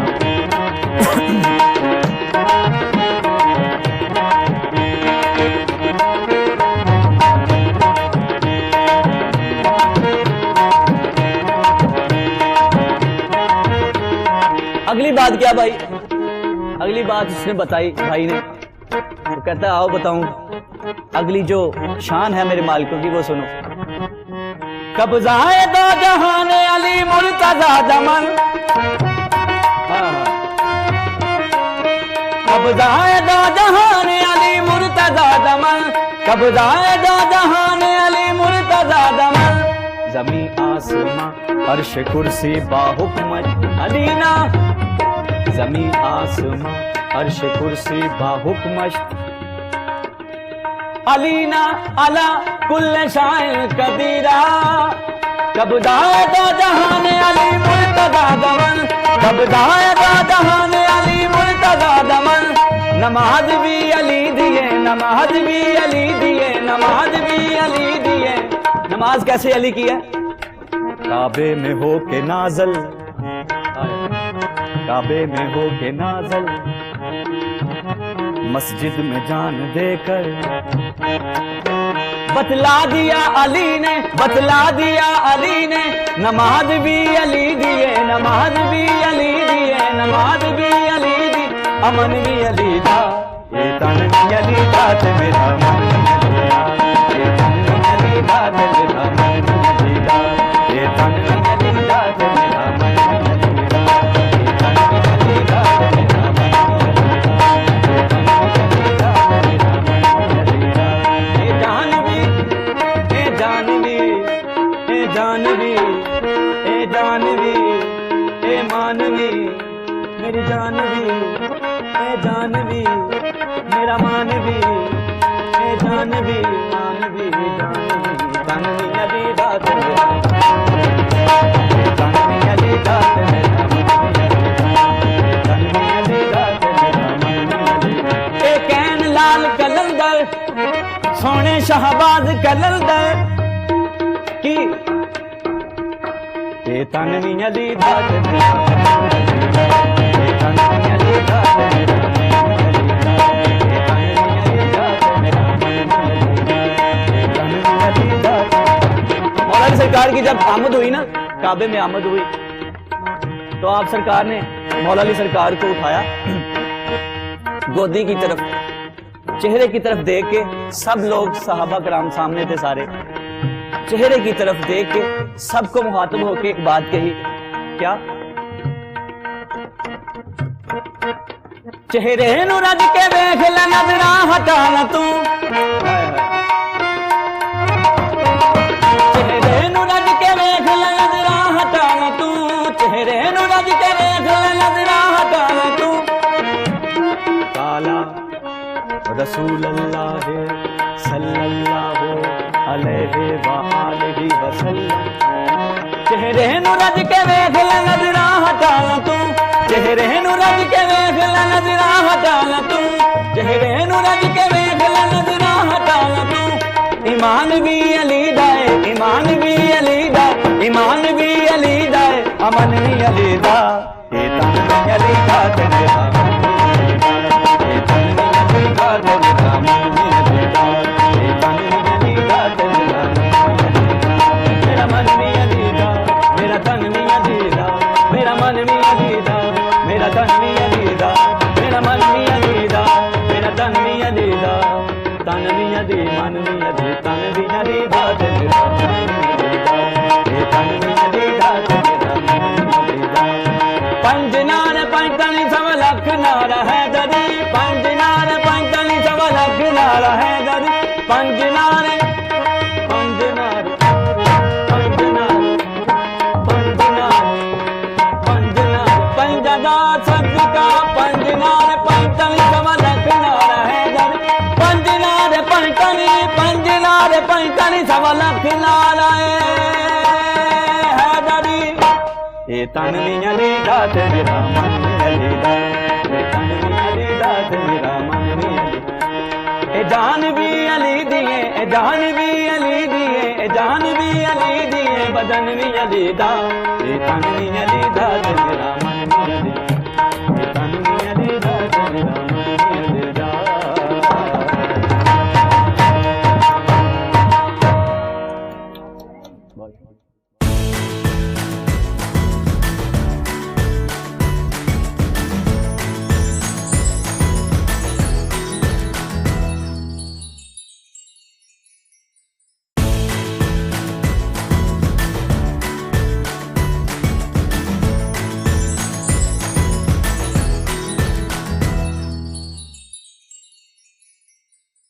वेलकम बैक जी। गुफ्तगू का सिलसिला जारी है। हमारे साथ प्यारी सी सायरा अली मौजूद हैं और अली हमें हेयर्स का बता रहे हैं, सायरा हमें मेकअप का बता रहे हैं, साथ साथ ये भी बता रहे हैं कि भाई जो भी फेशियल कराएं एटलीस्ट आप लोगों को पता होना चाहिए कि इसमें जो सीरम है वो कौन सा इस्तेमाल किया जा रहा है, क्योंकि आपका ये राइट है, आप पे कर रहे हैं वहां पे, तो आपको पता होना चाहिए आपकी स्किन पे कौन सी चीजें अप्लाई की जा रही है।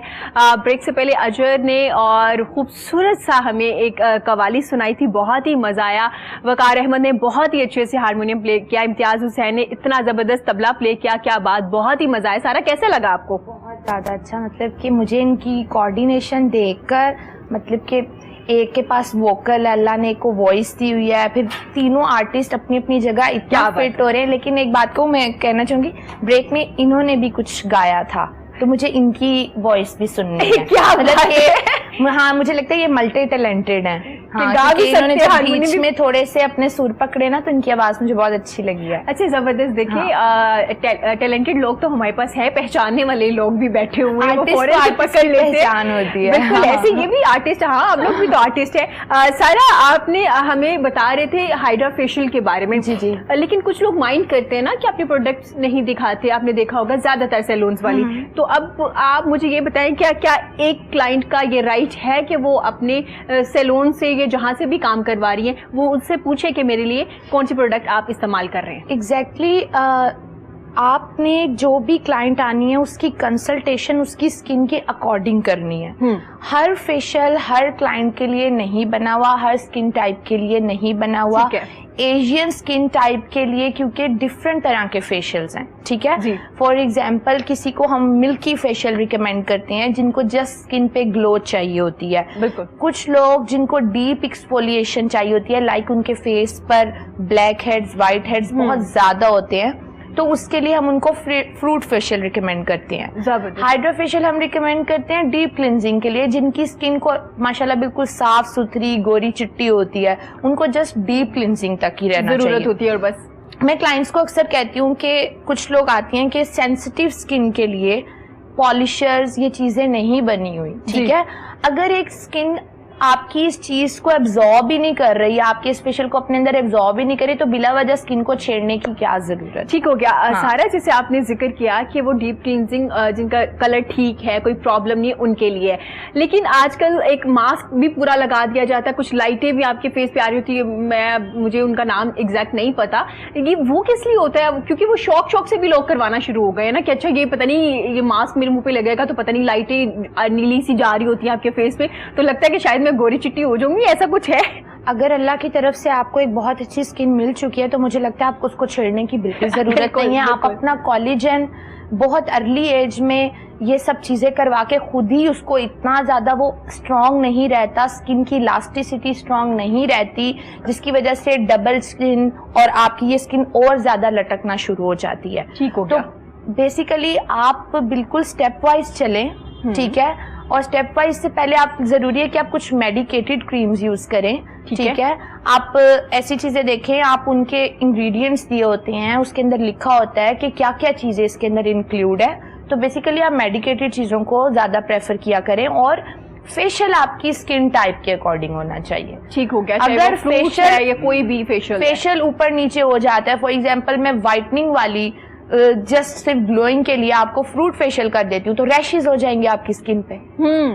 ये अक्सर हो जाती है आपके आईज बैक के पास। एग्जैक्टली कुछ लोगों की बिल्कुल ये सारा ऐसे आपके यहाँ पर ब्रूज बन जाते हैं, रेड रेड लाइंस बन जाती हैं, स्क्रैच बन जाते हैं। इसके बाद अगर मैं जिसको डीप एक्सफोलिएशन की जरूरत है, लाइक उसको अपनी स्किन से white head black heads remove करने और मैं उसको सिंपल फेशियल कर देती हूँ तो उसके ऊपर लगेगा ही नहीं उसके फेस के ऊपर के फेशियल हुआ। अच्छा सारा, आपको किस एज में आके अगर आपकी स्किन बिल्कुल ठीक है जैसे आपने जिक्र किया, लेकिन हमारी कम ही होती है क्योंकि डस्ट बहुत ज्यादा होता है, काम करने वाले जो लोग हैं घरों से बाहर जाते हैं, जाहिर बहुत सी प्रॉब्लम्स भी आपकी स्किन के साथ चल रही होती है, सारा उनको कितनी एज में जाके फेशियल करवाना चाहिए? अगर माशाल्लाह जैसे आपकी अपनी स्किन है, माशाल्लाह ग्लो कर रही है, सब कुछ ठीक है, कोई प्रॉब्लम नहीं है, तो कितनी एज में करवाना चाहिए? और फेशियल की जो ड्यूरेशन है वो कितनी होनी चाहिए? मंथ में एक बार लेना चाहिए, 2 मंथ्स में लेना चाहिए, 15 दिन के बाद लेना चाहिए? टीनेजर्स को तो मैं हमेशा, और लाइक 18 ईयर तक की एज की जो गर्ल्स होती हैं उनको मैं कहती हूँ कि वो नेचुरल पॉलिशर पर रिले किया करें, इसके अलावा क्लिनजिंग किया करें, ठीक है, किसी अच्छे मॉइस्चराइजर के साथ अपनी बिल्कुल अच्छी तरीके से रात को सोने से पहले वो अप्लाई कर लिया, 5-6 मिनट मसाज किया। इसके अलावा सैलून्स आकर जस्ट क्लिनजिंग और नेचुरल पॉलिशर। लेकिन उसके बाद आप जैसे ही 20 के बाद एज के ऊपर जाते हो तब आपको फेशियल अपनी स्किन टाइप के अकॉर्डिंग लेना स्टार्ट कर देना चाहिए। ठीक है। और मंथ में 2 टाइम्स लेना चाहिए आपको। ठीक हो गया, 15 डेज के गैप से। सही हो गया, मतलब कि आपको इतनी जरूरत नहीं होती कि आप 10 डेज के बाद चले जाइए, 15 दिन बाद आप 15 डेज के बाद भी एक सिटिंग लेते हैं, आप with in a month 2 sittings ले लेते हैं, दिस इज इनफ होता है आपकी स्किन के लिए। अली से भी पूछेंगे। अली, आपने देसी टोटका तो बड़ा जबरदस्त बताया, वो तो सबसे पहले मैं शुरू करूंगी क्योंकि हमारे बाल डेली स्ट्रेटनर हो रहे होते हैं तो बड़ी जरूरत होती है अच्छे शैम्पू कंडीशनर के अलावा भी देसी टोटकों की भी। अली, हेयर कलर के बारे में भी हम बात करेंगे। कुछ हेयर कलर होते हैं जो अब आप करवा लेते हैं, उसके बाद जैसे आप डिफरेंट शैम्पूज डिफरेंट ब्रांड के यूज करते हैं तो आपका जो सही कलर होता है जो आपने सोच के करवाया होता है वो रहता नहीं है आपकी बालों पे। क्या वजह होती है, क्यों लॉन्ग लास्टिंग नहीं चलते आपके कलर्स? हम लोग कलर करवाते हैं और उसके बाद जो हम घर में शैम्पू सब कर रहे होते हैं ना, हम भी वही शुरू कर देते हैं। हाँ बिल्कुल ऐसे ही है। शैम्पू के कलर के साथ हम कभी भी अपना शैम्पू मैच करके नहीं लेते। ठीक हो गया। आप जिस ब्रांड का कलर करवा रहे हो उसी ब्रांड का कलर शैम्पू भी यूज करें, ठीक हो गया। कंडीशनर भी वही यूज करें ताकि वो स्टे करे। इवन कि कुछ सैलून्स वाले आपको शैम्पू भी रिकमेंड कर देते हैं। हम लोग क्या वो बोले, ठीक- हेयर ड्रेस से ज्यादा अच्छे से बता बिल्कुल वो सकते हैं। ठीक कह रहे होते हैं, लेकिन हम लोग का होता है बस हो गया ना बाल निकलो, ऐसा हाँ। नहीं होता ना। फिर घर जाके हम वो सोडा बनाने वाले फुल बबल्स वाले शैम्पू अपने बालों में लगा रहे होते हैं तो ऑब्वियसली आपका कलर पैची तो होगा ना। ठीक है अली, मुझे ये भी बताइएगा, जैसे आपने जिक्र किया कि शैम्पू बड़ा मैटर कर रहा होता है आपके हेयर कलर के साथ। हेयर कलर जब आप करवाते हैं उसके बाद आपके जो एंड पे बाल होते हैं जो वो खराब हो जाते हैं, कुछ लोग कटिंग कर देते हैं उसके आपके और कुछ लोग नहीं करते, कुछ लोग कहते हैं कि जी लेंथ है हमारी। अली, वो कलर की वजह से होते हैं या आपकी ऑलरेडी बाल खराब होते हैं, जब उस पर केमिकल अप्लाई होता है तो वो जो डेड हेयर्स होते हैं वो निकल जाते हैं? बिल्कुल ऐसे, कलर की वजह से बाल कभी भी आपका खराब नहीं होता। नहीं, अगर आपका कलर एप्लीकेशन बिल्कुल ठीक हो रहा है और बिल्कुल ठीक हाथों में है। मैं आपको एक मजे की बात बताऊं, कलर लगा के लोग ऐसे ऐसे बालों को करते हैं, कभी भी नहीं। ज्यादातर प्लीज कभी भी बालों को मत रगड़ें क्योंकि हमारे वो अपनी तरफ से कहते हैं हम ब्लेंडिंग कर रहे हैं, ये ब्लेंडिंग हो रही होती है। नहीं, हमारे यहाँ पे हीट होती है, हम तो यहाँ से ऑयलिंग भी नहीं करनी चाहिए। ऑयलिंग भी ये होता है। अच्छा, आपको कलर ब्लेंड करना है, आप इस तरह करो, ठीक है। और अपने डाई कलर में कोई ऐसा हेयर मास्क जरूर यूज करें जिससे उसके क्यूटिकल्स क्लोज हो, क्योंकि क्यूटिकल्स हर किसी के ओपन होते हैं, लेकिन जो कलर में आ जाते हैं, शेड में आ जाते हैं, वो नजर आने लग जाते हैं। ठीक हो गया। वो एंड इतने डेड हो जाते हैं, उसके बाद वो कहते हैं कटिंग करवा लें। अब इतने बालों का आपने इतना प्यारा बनाया है, लंबा करके उनको बालों को मेहनत करके, लोगों का दिल नहीं होता ना कटिंग करवाने का। उसको कटवा लें, क्यों?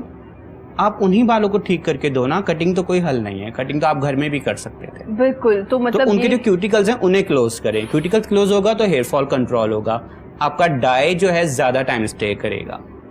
इसका मतलब बात फिर एक्सपर्ट की आ गई है कि जो हेयर कलर है ना वो आप खुद से नहीं कर सकते और किसी भी छोटे मोटे सैलून जाके इतना बड़ा रिस्क ना लीजिए, क्योंकि आपके बाल ही आपकी पर्सनैलिटी है, स्पेशली खवातीन की।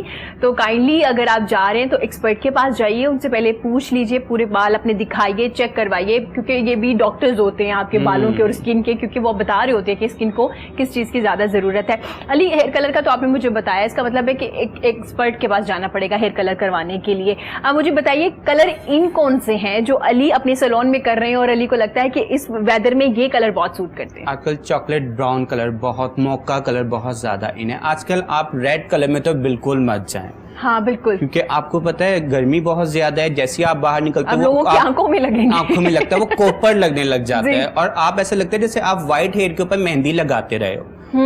जब वेदर मजे का हो ना तब आप ये फंकी कलर करवाएं।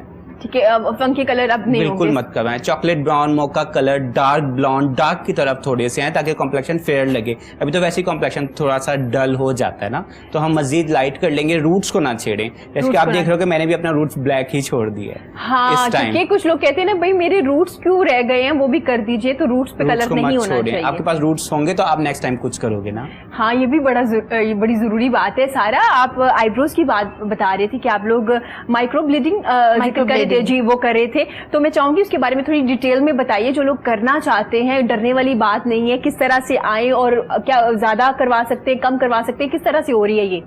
अच्छा, माइक्रो ब्लेडिंग ज्यादातर हम रिकमेंड करते हैं उन लोगों को जिनकी आईब्रोज में बहुत गैप होते हैं।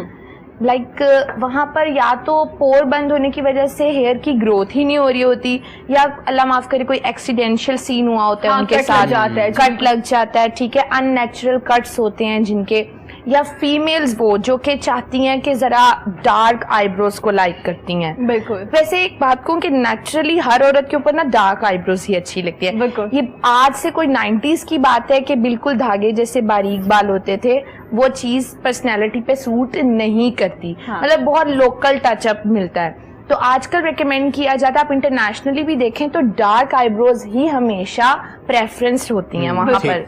तो इसलिए हम माइक्रोब्लेडिंग करते हैं। माइक्रोब्लेडिंग एक सेमी टैटू आपको मैं कह सकती हूँ पिगमेंटेशन होती है जी, ठीक है। आप इसमें हम डार्क चॉकलेट कलर को फिलअप करते हैं, ठीक है, स्टॉक्स के थ्रू, नीडलिंग के through. Needling it doesn't mean कि हम आपकी स्किन के अंदर सुइयां भर देंगे, हाँ। नहीं, आपकी स्किन के ऊपर एक सुपरफिशियल लेयर होती है ऊपर वाली, ठीक है, उसके ऊपर हम बिल्कुल 0.01 मिलीमीटर बारीक निडल से, जो कि एक ब्लेड की सूरत में एक बिल्कुल कॉम की तरह होती है, तो हम हेयर जैसी स्टॉक्स लगाते हैं। ठीक हो गया। सबसे पहले हम बिल्कुल नम कर देते हैं आपकी स्किन को, ठीक है। आपको फील ही नहीं होता कि कोई स्क्रैचिंग हो रही है आपकी स्किन की अपर लेयर पे। मैं दोबारा कह रही हूँ, upper facial layer, not inside, okay.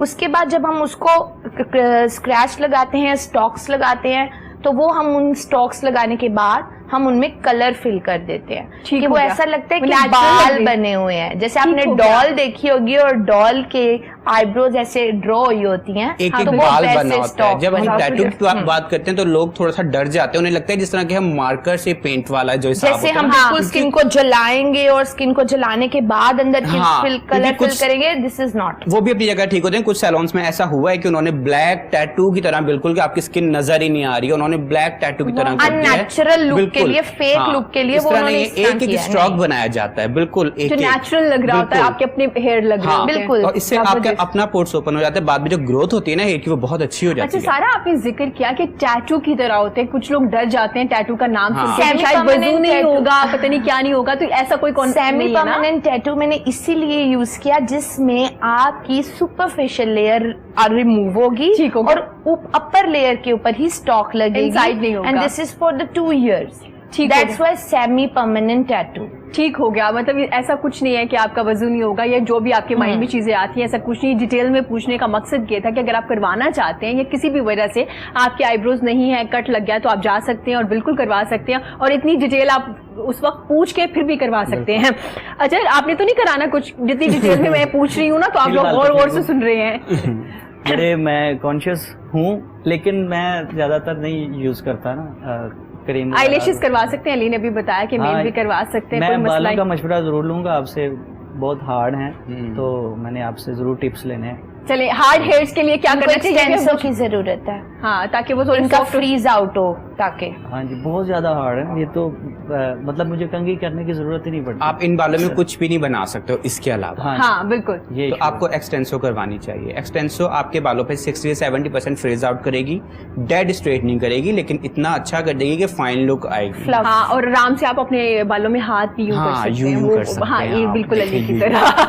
Ali वो हमें से जेलस करने वाली बात थी, उसे इस तरह करके दिखाना कि यार देखो मेरे कितने। अजर से पूछेंगे, अजर आप लोगों ने कुछ अरसा पहले स्टार्ट की हुई थी ऑनलाइन क्लासेस जिसमें डिफरेंट सिंगर काम कर रहे थे, वो अभी कर रहे हैं, चल रहा है, उससे क्या फायदा हो रहा है तमाम सिंगर्स को? सिंगर्स को फायदा भी हो रहा है, बाकी हमें भी हो रहा है फायदा।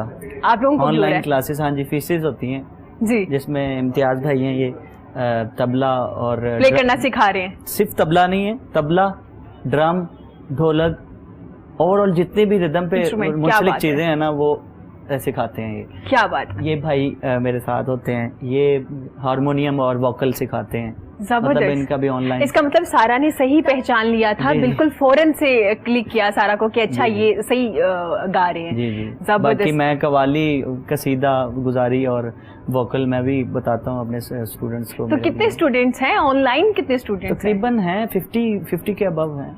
50 के, माशाल्लाह। तो आप वो फी पे कर रहे हैं, कितनी देर की क्लासेस होती हैं उनकी? ऑनलाइन क्लासेस होती हैं रात 10 बजे से 1 घंटा क्लास होती है 10 बजे तक, मतलब 10 बजे शुरू होती है 11 बजे तक, उसमें 1 घंटा लेक्चर होता है, बाकी उन्होंने प्रैक्टिस करनी होती है। प्रैक्टिस करनी होती है। प्रैक्टिस जबरदस्त, तो फायदा हो रहा है उनको। आप लोगों को तो हो ही रहा है, लेकिन जाहिर है जो क्लास ले रहे हैं उनको कितना। जी प्लीज प्लीज। तबले के साथ कथक डांस, ये एक हमेशा कॉम्बिनेशन रहा है। और बड़ा तो क्या आप ये इस चीज की भी क्लासेस दे रहे हैं? नहीं, ये जो तबला है ना, कव्वाली का तबला, ये कव्वाली का तबला, यस, मुझे हमेशा ये कंफ्यूज करता था कि कव्वाली का तबला अलग है और कथक डांस वो के साथ जो different है। कॉम्बिनेशन अच्छा, है वो ये अलग है। हाँ, exactly। ये सूफी है बेसिकली। ये सूफी तो है। इसमें क्या तबले को देख के पता चलेगा कि ये सूफी है या बजाने से पता चलेगा। स्टाइल अच्छा, क्योंकि जब कथक जो कर रहे होते हैं ना, वो फॉलो करते हैं, इनके तबले को फॉलो करते हैं, वो उसके रिदम पे डांस करते हैं, तो ये थोड़ा डिफरेंट हो जाता है। तो ये वो भी सिखा रहे हैं? हाँ, आप वो सिखा रहे हैं, वो अल्हम्दुलिल्लाह वो भी मुझे याद है। तो सिखाएंगे आप सारा बिल्कुल वेरी सून स्टार्ट करने वाले हैं। हाँ बिल्कुल, आपके एक स्टूडेंट यहीं से जाएगी आपके साथ इंशाल्लाह। ऑनलाइन आप लोग ये भी स्टार्ट करें, क्योंकि बड़ा जबरदस्त है। एक वक्त था जब हमारे एक निजी चैनल पे एक प्रॉपर शोज हुआ करते थे कथक डांस के और तबला जो प्ले कर रहे होते थे। कल्चरल लुक है अलहमरा को मैं इसलिए बहुत बेसिकली लाइक करती हूँ कि वहाँ पे ये कल्चरल लुक देते हैं तबले के साथ डांस। क्या बात, जबरदस्त जबरदस्त। अजय, आप हमें क्या सुनाएंगे? कवाली सुना रहे हैं, क्या सुना रहे हैं आप? अब आप मैं धमाल सुनाऊंगा। स्पेशली धमाल ऐसी है जी। कि मेरे भाई ने पूरे दुनिया में फेरे हैं और गोरों ने वो लाइक किया इनकी नौबत जी। वो डबल जो है ना, उसको दोबारा कहते थे फिर सुने जी। वो मैं धमाल जो है उसमें नौबत भी बजाएंगे, ये स्टाइल है इनका, ठीक है, तो ये वो भी प्ले करेंगे। मैं आपके सामने धमाल पेश जरूर। मस्त कलंदर मस्त कलंदर मस्त मस्त मस्त कलंदर मस्त कलंदर मस्त मस्त कलंदर इको बिरद है दम दम अली अली, इको बिरद है दम दम अली। सखी लाल कलंदर मस्त मस्त, सखी लाल कलंदर मस्त मस्त, लजपाल कलंदर मस्त मस्त दम मस्त कलंदर मस्त मस्त दम मस्त कलंदर मस्त कलंदर मस्त मस्त दम मस्त कलंदर। शाना उचिया तेरिया पीरा होमन दूर, हनेरिया पीरा आसा है बतेरिया पीरा, सुनार सामझ मेरिया पीरा। इको बिरद है दम दम अली अली, इको बिरद है दम दम अली। सखी लाल कलंदर मस्त मस्त, सखी लाल कलंदर मस्त मस्त, लजपाल कलंदर मस्त मस्त दम मस्त कलंदर मस्त मस्त दम मस्त कलंदर दम मस्त कलंदर मस्त मस्त दम मस्त कलंदर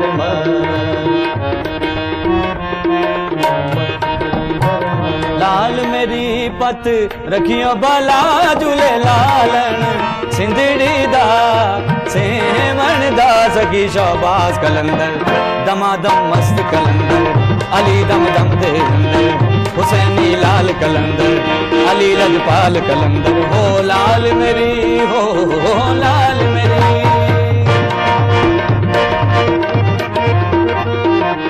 मामा नू पीरा बछड़े देने, मामा नू पीरा बछड़े देने, भैना नू देने वीर मिला झूले लालन, भैना नू देना वीर मिला झूले लालन। सिंधड़ी दा सेवन दा सखी शाबाश कलंदर, दमादम मस्त कलंदर, हुसैनी लाल कलंदर, अली लजपाल कलंदर, ओ मस्तो मस्त कलंदर। हो लाल मेरी, हो लाल मेरी।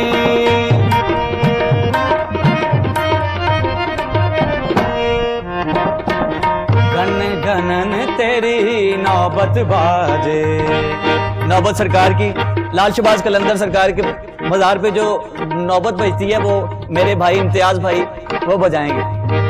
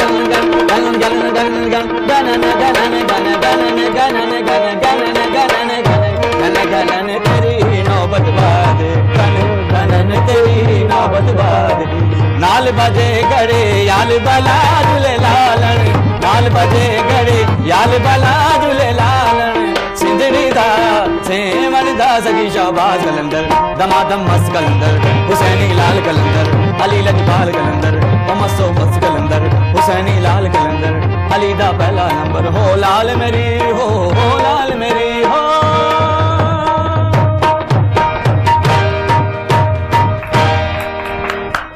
वेरी नाइस, जबरदस्त। जैसा फिर से अब मेरे पास अल्फाज नहीं है आपकी तारीफ करने के, क्या बात है। अजर बहुत ज़बरदस्त, वकार अहमद बहुत ज़बरदस्त, माशाल्लाह से। सारा और मैं तो बस आगे खोल खोल के देख रहे थे। क्या बात है, क्या बात है, ज़बरदस्त। अली आपको कैसा लगा? बहुत मजा आया, बहुत। अली को समझ नहीं आ रही थी कि मैंने स्माइल करना है कि गौर से देखना है। नहीं, मुझे ना इन लोगों पे मैंने फोकस किया था, वो किस तरह साथ सब कुछ लेके जा रहे हैं, बहुत बड़ी बात। और आई से एक दूसरे को बता रहे थे कि अब आप बड़ी बात है। क्या बात, माशाल्लाह। एक बार फिर से क्लैप आप लोगों के लिए, क्या बात है, जबरदस्त। सारा, अब आप तबला और कथक तो जरूर सीखना चाहेंगे। मेरा बहुत बड़ा शौक है जिंदगी का, और मैं अक्सर ढूंढती थी कि कोई है, मेरा ये एक शौक है। क्या बात है। हाँ, होती है ना, आपकी हॉबीज होती है, जबरदस्त। बिल्कुल, और मुझे वैसे भी मल्टी टैलेंटेड चीजें बहुत पसंद है। आप आर्टिस्ट भी तो हैं माशाल्लाह से, इसलिए आपको ये चीजें अट्रैक्ट करती है। तो अब आपको एक बंदा मिल गया जैसे, बहुत जल्द इंशाल्लाह आप इनसे सीख सकते हैं। बड़े अच्छे से वो लोग करा रहे। क्लासेस का आपने जैसे अजय जिक्र किया था, तो ये आप लोगों ने लॉकडाउन में स्टार्ट की थी, इससे पहले भी चल रही थी? पहले भी चल रही थी, लॉकडाउन में फिर ऑनलाइन कर दी। तो वैसे कोई एकेडमी है जहाँ पे पहले सिखा रहे थे आप लोग? फिलहाल तो नहीं है, गवर्नमेंट की वजह से वो पाबंदियां हैं, उसमें नहीं बैठा सकते ना। नहीं, आप लोग वैसे बनाई हुई आपने? हाँ जी, वो तो जरूरी है, वो रियाज के बगैर तो नहीं है। रियाज जहाँ पे बैठते हैं वो सब लोग होते हैं। अच्छा अजय, कहा जाता है कि सिंगिंग में या तबला हो या हारमोनियम हो, जो उस्ताद होते हैं ना आज के उस्ताद, वो पूरा हुनर नहीं देते, ऐसा लोग कहते हैं। मैं बस पूछ रही हूँ, ऐसा है या नहीं है?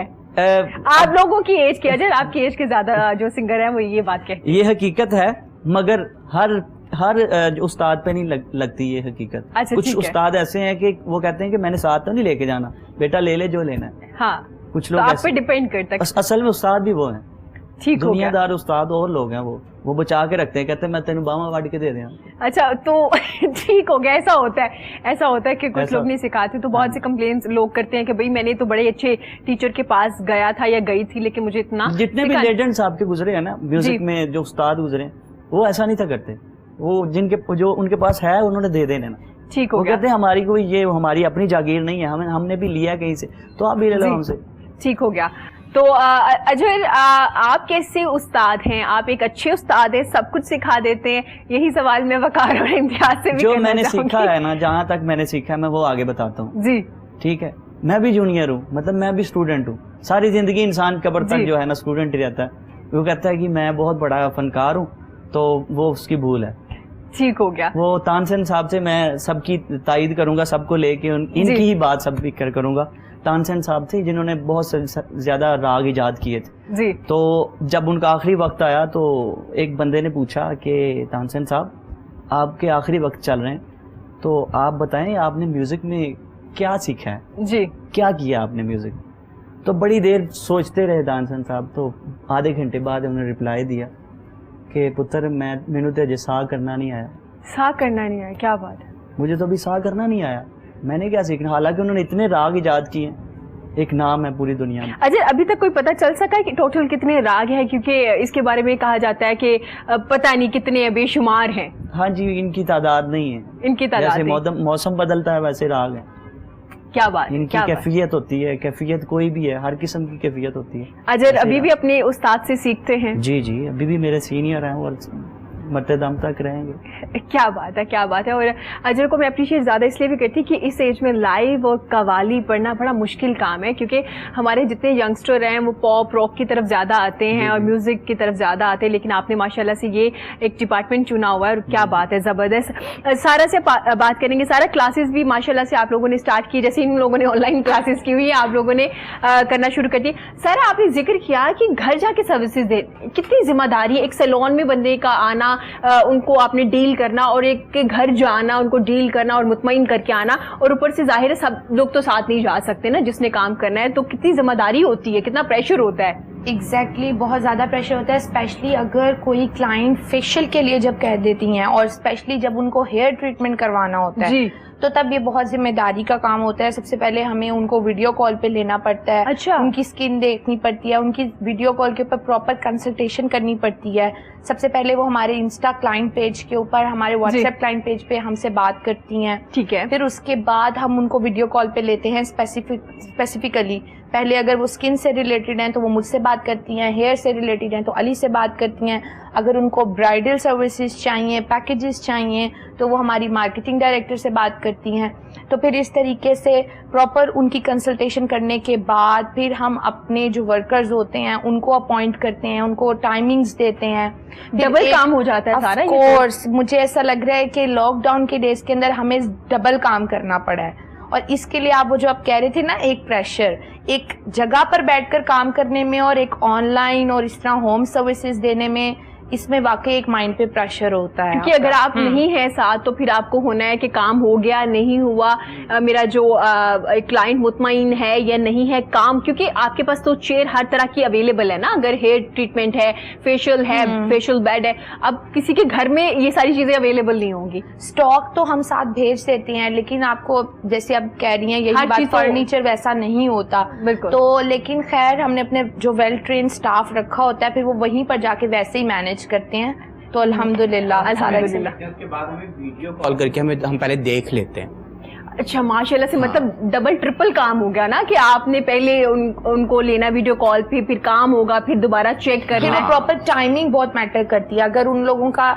शाम को उन्होंने कहीं जाना है तो वो सुबह पूरे 11 बजे आप प्लीज उनके, हमारा स्टाफ वहाँ मौजूद होना चाहिए। हाँ। फिर इतने टाइम के अंदर काम करवा के वापस बुलवाना स्टाफ को, क्योंकि सैलून में तो ये होता है ना, वही हमारी बात कि चलो हम बार बार राउंड ले रहे होते हैं, हम देख रहे होते हैं, लेकिन वहां पर हमने एक टाइम बनाया हुआ है, टाइम फ्रेम के अंदर हम काम करते हैं कि 45 मिनट्स के अंदर मैनिक्योर पेडिक्योर है, 55 मिनट्स में आपका फेशियल होना चाहिए। ठीक है। तो फिर उस टाइम मैनेजमेंट को हम लेकर चलते हैं। ठीक हो गया। सारा जैसे ईद के लास्ट वाले जो डेज थे हमारे, रमजान के आखिरी जो एक अशरा था, कुछ दिन ओपन हुआ, तो आपकी टीम को मुश्किलात नहीं हुई ग्लव्स, क्योंकि आप पहले पहन रहे थे, अब जो क्लाइंट आता है ना उसके लिए मुश्किल होता है ना कि क्लाइंट पहन के आए मास्क और फिर वो अच्छी तरीके से स्प्रे करना, तो ये और जिम्मेदारी नहीं, आपके एम्प्लॉइज तो पहन ही रहे थे ना पहले भी, लेकिन जो आ रहा है उसके लिए बड़ा मुश्किल है। हम लोगों ने प्रॉपर जो एक कवर होते हैं, शॉपर टाइप कवर से होते हैं, वो हम लोगों ने लिए थे क्लाइंट्स के लिए। ठीक है। वैसे तो हम सेल्फ एप्रन यूज करते हैं,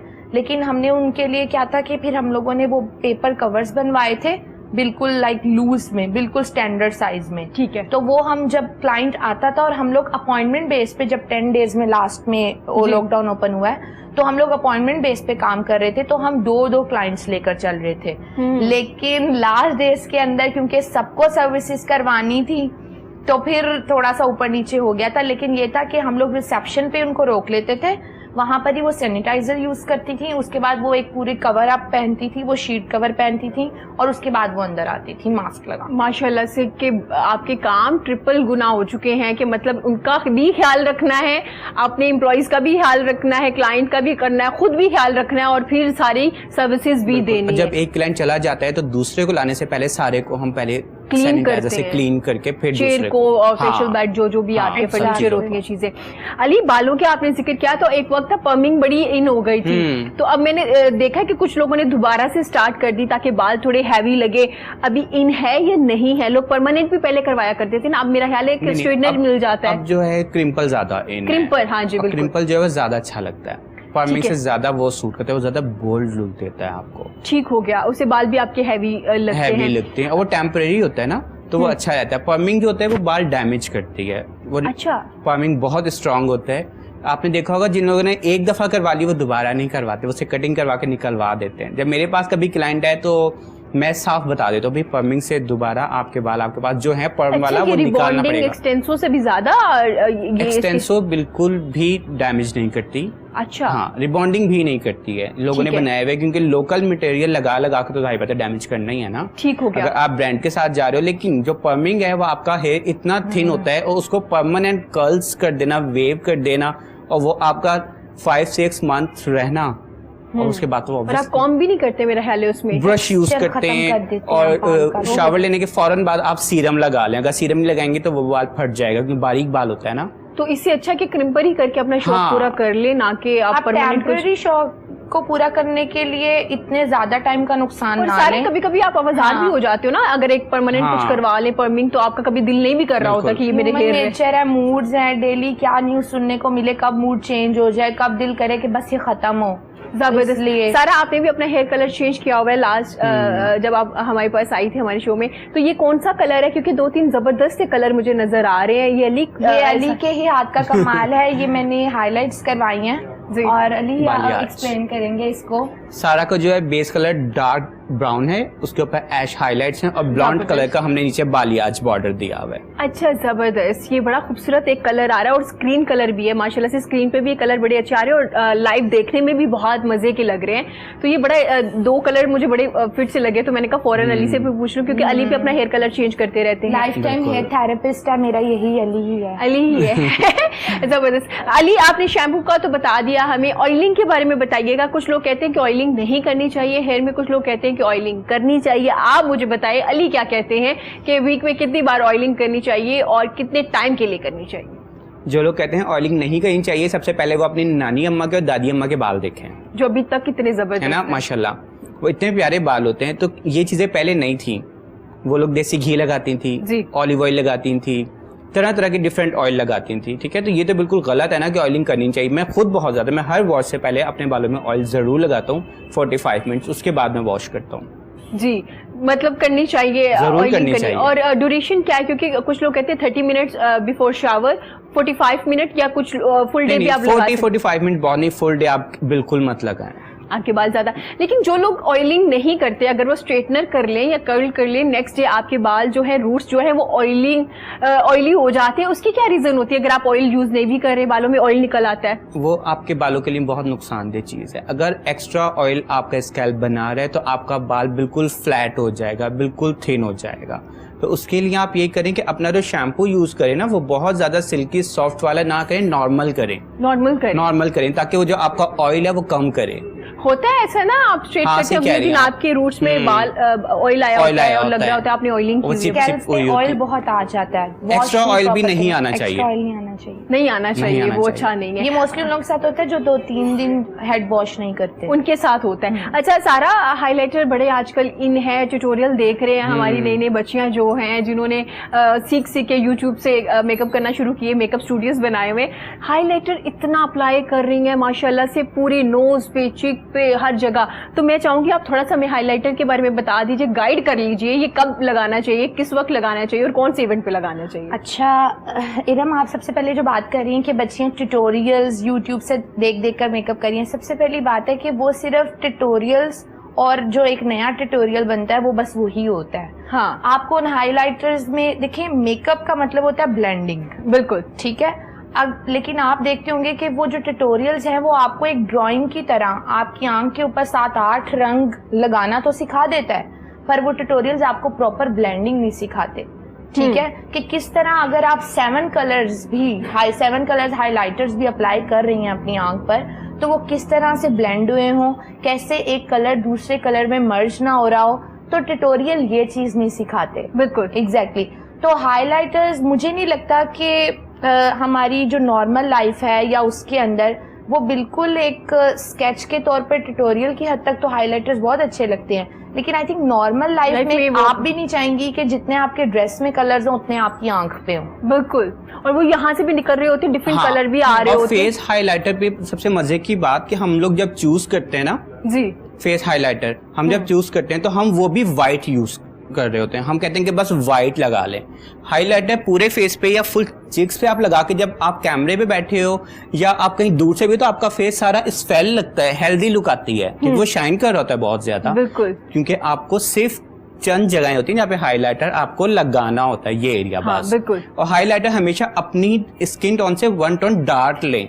डार्क ले जी बिल्कुल, व्हाइट और चिट्टा मत करें। जब आप इसको व्हाइट और चिट्टा करते हो वो सिल्वर बन जाता है, क्योंकि आपने ऑलरेडी बेस इतनी सारी अप्लाई की होती है। हाँ बिल्कुल थोड़ा डार्क आप करो। आप देखो फॉरेनर जितने भी हैं वो थोड़ा डार्क लगाते हैं, ठीक है, वो इतना मजे का लग रहा होता है। पे आ रहा होता है। हाइलाइटर जस्ट यूज किया जाता है आपके कुछ फीचर्स इनहैंस करने के लिए। टी शेप में कर लिया, लाइक यहाँ पर कुछ हाँ, 3 T शेप में बहुत कर लिया। बेस्ट है सबके टी लिए। शेप में सबसे ज्यादा बेस्ट है, 3 शेप में बेस्ट है, बट इट डजंट मीन कि हाइलाइटर पूरे चेहरे पे है वो आपके फेस को मजीद चबी कर देता है। सॉफ्ट लुक बिल्कुल खत्म हो जाती है। अच्छा।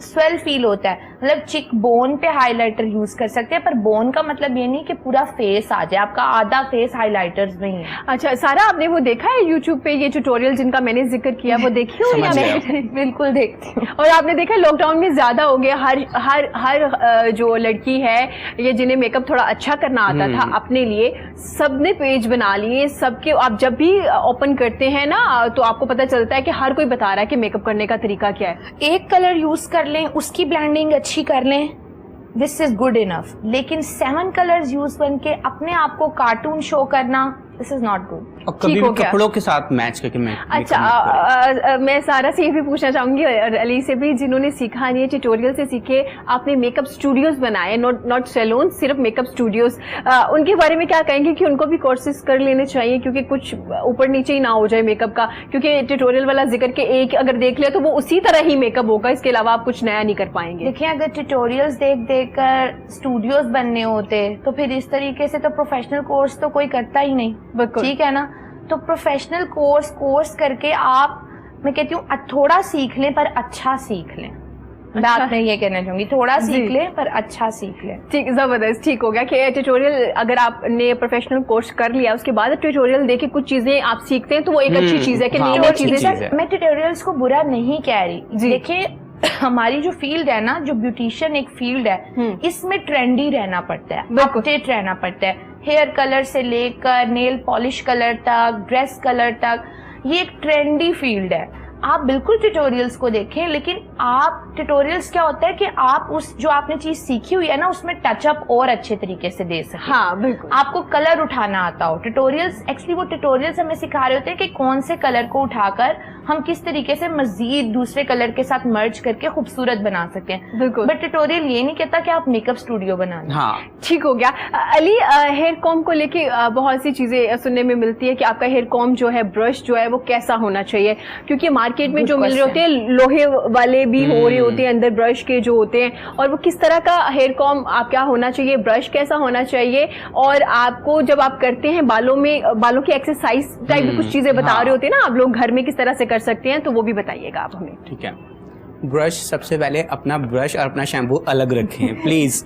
हमारे यहाँ एक ब्रश होता है और तुम इधर दो मैं कर लूं, तो इधर दो तो मैं कर लूं। यहाँ से यहाँ यही आंसर देने वाली थी, प्लीज ये बात कोट करना। अपना ब्रश अपने बैग में रखें, आपको हेयर फॉल नहीं होगा। नहीं। हाँ। अपने ब्रश को जब आप वॉश करें उसको लाजमी वॉश कराएं। ठीक हो गया। उसके अंदर प्लास्टिक पिन्स रख लें, आप, मैं कहती हूँ लकड़ी का ब्रश रख लें, छोटा रख लें, पर ब्रश अपना सेपरेट रख लें। लेकिन ब्रश जो है ना, आप वो जो स्टील की वो जो निकली होती है ना तारे, वो कभी भी यूज मत करें। वो तो आपके बालों में जब गुजर रहा होता है ना तो वो आपकी अपर लेयर को डैमेज कर रहा होता है। तो उसके बाद जब आप अपने बालों को ऐसे टच करते हो तो आपको पता चल रहा होता है कि यार ये क्या है, ये ड्राई क्या है। वो हम समझ होते हैं हमारा शैम्पू सही नहीं है, ये सही नहीं, लेकिन वो ब्रश आपको डैमेज कर रहा होता है। हो, तो उसकी वजह से वो ब्रश भी बड़ा मैटर करता है आपके हेयर के लिए। और अली, वो कहते हैं ना कि आप अपने बाल डाउन करके थोड़ा अपनी फिंगर्स से भी ब्रश कीजिए, थोड़ी एक्सरसाइज होती है, ब्लड सर्कुलेशन बड़ी अच्छी होती है, फिर हेयर फॉल कम होता है। ऐसा है या नहीं? बिल्कुल भी नहीं है, ऐसा कुछ नहीं है। ऐसा कुछ नहीं।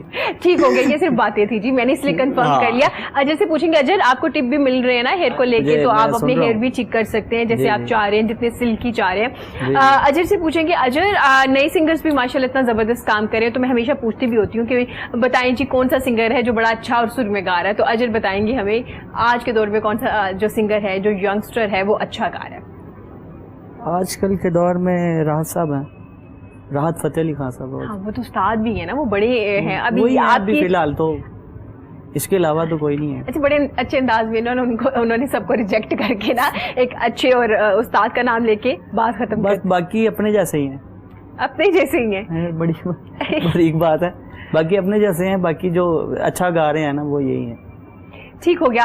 अजय, गले का क्योंकि आप गा रहे हैं तो हमारे कुछ सिंगर्स कहते हैं कि जी फलां चीज़ खाने से मेरा गला खराब हो जाता है, वोकल खराब हो जाता है, तो आप बताइएगा कोई ऐसी चीज़ें हैं जो आप एहतियात करते हैं, हाँ कि मुझे ये नहीं खाना, मुझे वो नहीं खाना, या जो आपका दिल करता है आप खा लें, आपके वोकल को, आपके गले को कुछ नहीं होता?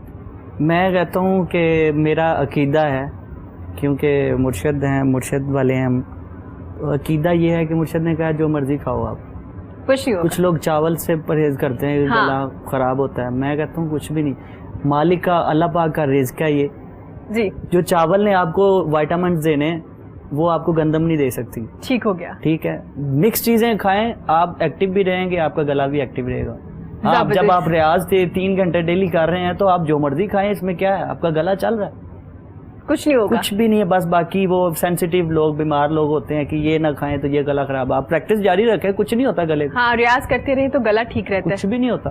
सही हो गया। अली से पूछेंगे। अली, आपने हेयर्स के बारे में हमें एक बड़ा ही जबरदस्त सच बताया कि ऐसा करने से कुछ नहीं होता, सिर्फ बातें बनी हुई है। अली, एक्सटेंशंस का बड़ा रिवाज है जी, आप देखते हैं कभी बाल हमारे लंबे होते हैं, कभी छोटे हो जाते हैं, जब आपका दिल करता है। तो परमानेंट एक्सटेंशन बेहतर होती है या जो आप टेम्परेरी लगवाते हैं किसी फंक्शन के लिए, वो अच्छी होती है? परमानेंट भी अच्छी होती हैं, बुरी नहीं होती हैं, लेकिन उसके अंदर जो हम स्टिच कर रहे हैं ना थ्रेड के साथ, वो बहुत अच्छी हैं, और जो हम ग्लू के साथ कर रहे हैं ना वो आपका बाल डैमेज हो जाएगा। अच्छा, 2 तरह से कर रहे हैं? 2 से 3 तरह। एक रिंग है वो बालों के साथ अटैच करके उसे वहाँ प्रेस कर दिया जाता है। आपके बाल बहुत सेंसिटिव होते हैं, ठीक है, जब हम फॉलिक वहीं डैमेज हो जाता है। जब हम वो लोहे का रिंग है, हम उसको प्लास से ऐसे प्रेस कर देंगे, वो आपके बाल पे कितना टाइम लगेगा, 3 मंथ्स 4 मंथ्स, तो आपका बाल तो ऑब्वियसली कट जाएगा ना वहां से। बिल्कुल। अच्छा, जो है चिप वाली जी, उसके अंदर एल्फी टाइप होती है, हम वो चिप के ऊपर चिप रखते हैं, दोबारा उसको एक गन होती है उसके साथ हम प्रेस कर देते हैं। ठीक है। एल्फी जो है वो अंदर से जल के आपस में चिपक गई, उसके बीच में आपका अपना बाल है। हाँ बिल्कुल, ठीक है। और जो स्टिच होती है वो हम एक अंदर थिन सी ब्रेड बनाते हैं, उसके ऊपर स्टिच करते हैं। अच्छा। वो थ्रेड से होती है, वो तकरीबन धागे से आप स्टिच कर लेते हो। 15 दिन 20 दिन बाद आपके थोड़े डाउन हो जाते हैं, लेकिन आप उनको उतरवा के दोबारा करवा सकते हो, उसमें आपका बाल डैमेज नहीं होता। डैमेज नहीं होता। बिल्कुल तो अली, डैमेज नहीं होता। आप कौन सी करें, कौन सी प्रेफर करते हैं, लोगों को कौन सी बताते हैं? थ्रेड वाली आपके सैलून में सबसे थ्रेड वाली बेस्ट होती है, है? हाँ, सबसे बेस्ट। जबरदस्त। तो अली, इसमें भी क्वालिटी होती है कि भाई ये वाली ज्यादा अच्छी एक्सटेंशन है, कितनी लेंथ चाहिए, कितने थिक बाल चाहिए, और अगर आपने परमानेंट लगवा लिए तो कोई एहतियाती तदाबीर है, एसओपीज हैं इनको रखने के लिए, इन बालों को? बिल्कुल हैं। इसके लिए आप जब भी कॉम्ब करो तो अपने रूट्स पकड़ के, लेकिन अगर हमने एक्सटेंशन नहीं भी लगवाई ना तब भी हमें रूट्स के ऊपर हाथ रख के ब्रश करना होता है। अच्छा ठीक है, यूं हाँ, इस तरह से। कुछ लोग होते हैं अगर एक्सटेंशन नहीं भी लगी ना, ऐसे शां आवाजें आ रही होती हैं उनके ब्रश में से ना, हाँ, है ना, आती है ना, तो आपने एक्सटेंशन लगवाइए या नहीं लगवाइए, लेकिन अपने रूट्स को हाथ रख के आप ब्रश करेंगे, ठीक है। दूसरी चीज ये कि अगर एक्सटेंशन लगाएं तो उसमें आप कंडीशनर थोड़ा छोड़ दें, वो आपका अपना बाल नहीं है, जो लेंथ में है ना उसमें थोड़ा कंडीशनर आप रहने दें ताकि उसमें टेंगल्स ना बने। ठीक हो गया, मतलब ये एक तरीका कार है जिससे आपने। तो अली, जब परमानेंट आपके हेयर्स लगे होते हैं तो आपको प्रॉब्लम नहीं होती शावर लेते हुए, कॉम करते हुए घर में? क्योंकि सैलून्स के जो लोग हैं वो तो अंडरस्टैंड कर रहे होते हैं कि हमने स्ट्रेटनर कैसे करना है इसको, या अगर आप परमानेंट लगवा के एक्सटेंसो या रिबॉन्डिंग वगैरह भी करवा सकते हैं अपने एक्सटेंशन के साथ, हाँ, कि नहीं? बिल्कुल, पहले बिल्कुल। अपने जो आपके ओरिजिनल हेयर्स हैं उनको करवा लीजिए और आपकी जो बाद में एक्सटेंशन परमानेंट लगवा लीजिए। अगर आपकी हेयर एक्सटेंशंस को एक्सटेंशन रिबॉन्डिंग हुई हुई है तभी आप अपने टेक्सचर को छेड़ें। अगर वो नेचुरल है तो फिर अपने नेचुरल हेयर के साथ ही लगवाएं, ठीक हो गया। ताकि वो जब आप वॉश करो तो ऐसा ना हो कि ऊपर के स्ट्रेट हो, नीचे के फ्रीजी हो जाए। अच्छा, मतलब ये बड़ा ख्याल रखना हाँ, पड़ेगा। हम भी क्लाइंट को जब बुलाते हैं उनका टेक्सचर पहले मैच करते हैं, ठीक हो गया, फिर उनको बताते हैं। सही हो गया, फिर ही उसके मुताबिक हाँ। सारी उनके बाल वगैरह बन रहे होते हैं। अली, प्रोग्राम के एंड पे क्या मैसेज देना चाहेंगे? वैसे तो सारी मैसेज इतने जबरदस्त तरीके से बता रहे हैं ना कि बालों को कैसे आपने ठीक रखना है। बालों से रिलेटेड, हाँ, किसी भी टिकटॉक से रिलेटेड दे दीजिए जिसपे आप ज्यादा एक्टिव नजर आ रहे होते हाँ हैं। बिल्कुल। टिकटॉक से रिलेटेड मैं ये बोलूंगा कि जिन लोगों ने स्टडी नहीं की हुई है वो प्लीज गलत गाइड मत करें। ठीक हो गया। आपको फॉलोअर्स और लाइक्स बहुत मिल जाएंगे लेकिन बददुआएं से ज्यादा मिलेंगी। गलत गाइड मत करें, आजकल बहुत लोग गलत गाइड कर रहे हैं, मैं बता रहे हैं देखता हूँ। बिल्कुल, इनके हर कोई कहना तो इन चाहिए, हर कोई अपने आप को समझ रहा है जुबैदा आपा। अब जुबैदा आपा का ऑब्वियसली एक लेवल था यार, वो एक बंदी थी, वो पढ़ी लिखी बंदी थी कि हर कोई देख के खुद ही बताया जा रहा है और सब उनको यूज करे भी जा रहे हैं। और बाद में भी कमेंट्स में आ रहा था ये हो गया मेरे साथ, अब मेरे साथ ये हो गया। तो करने से पहले सोच लें प्लीज। ठीक हो गया, thank you so much Ali. सारा क्या कहना चाहेंगी? ये कहना चाहूँगी कि जिन लोगों का ये हमारा इकोनॉमिक लॉकडाउन जो चल रहा है और जिसकी वजह से बहुत सारे ट्रेड बिजनेस अफेक्ट हो रहे हैं, तो कोई बात नहीं, अल्लाह की ज़ात पर यकीन रखें जी। ठीक है, आपकी ज़िंदगी ज़्यादा ज़रूरी है, बिल्कुल ठीक है। SOPs को फॉलो करें, सेफ्टी मेजर्स को फॉलो करें, और इस लॉकडाउन की वजह से ज़्यादा कुछ नहीं, हम 1 साल और पीछे हो जाएंगे, लेकिन कोई बात नहीं, अगर ज़िंदगी होगी तो फिर अगला साल जो होगा इसकी रिकवरी करने में आपको ज़रूर हेल्प करेगा। थैंक यू सो मच सारा, आपकी कीमती वक्त का। अजर क्या कहना चाहेंगे? मैं यही कहना चाहता हूँ म्यूज़िक के रिलेटेड ही जी, कि खुश रहें, हैप्पी रहें, खुश रखें। आपकी वजह से कोई तंग होता है तो वो गलत बात है। आप खुश रखें, म्यूज़िक सुने, म्यूज़िक में आपको एक ऐसी फील आती है कि जब आप किसी का दिल तोड़ना भी चाहें तो आप नहीं तोड़ सकते। सुर वो चीज़ है, सुर एक सुर में ऐसी कशिश होती है कि आप किसी दूसरे का दिल जीत सकते हैं। क्या बात है, थैंक यू सो मच। किसी का दिल दुखा नहीं सकते, दिल जीत सकते हैं। क्या बात है, क्या बात। Thank you so much Azhar, आपका बहुत शुक्रिया। वकार अहमद, इम्तियाज़ हुसैन, आपका बहुत शुक्रिया। सारा, आपका बहुत शुक्रिया। अली, आपका बहुत शुक्रिया। इसी के साथ मुझे इजाज़त दीजिए। प्रोग्राम के एंड पे हम कवाली भी सुनेंगे अजहर से। इर्द गिर्द के लोगों का बहुत ज़्यादा ख्याल रखिए, अपने प्यारों का बहुत ज़्यादा ख्याल करिए और SOPs पे अमल कीजिए। जो बता दिया गया है कि मास्क का इस्तेमाल कीजिए, घर से जब आप घर से बाहर होते हैं और वापस आते हैं तो साबुन से अपने हाथ अच्छे से धो लीजिए, और हो सके तो अपने कपड़े भी चेंज कर लीजिए, क्योंकि आप बाहर से काम करके आ रहे होते हैं, घर में छोटे छोटे बच्चे भी होते हैं, तो इन चीज़ों का खास ख्याल रखिए। इसी के साथ मुझे इजाज़त दीजिए। अल्लाह हाफिज़।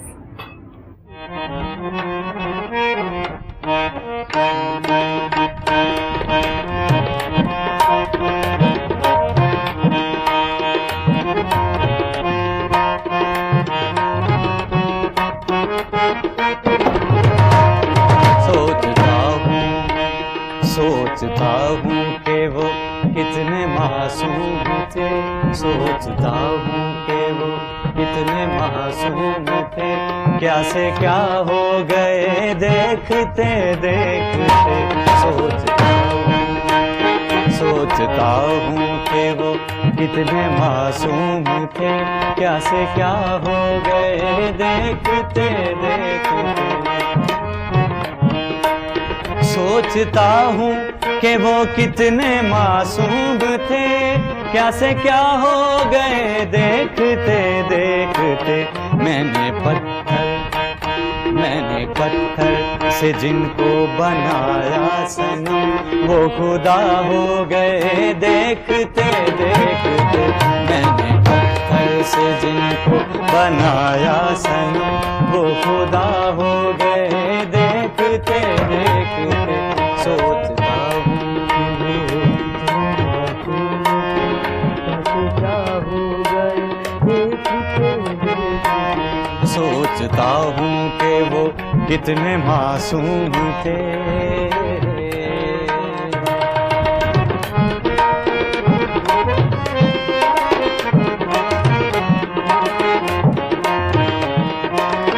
हमसे ये सोच कर कोई वादा करो, एक वादे पे उम्रें गुजर जाएंगे। हमसे ये सोच कर कोई वादा करो, एक वादे पे उम्रें गुजर जाएंगे।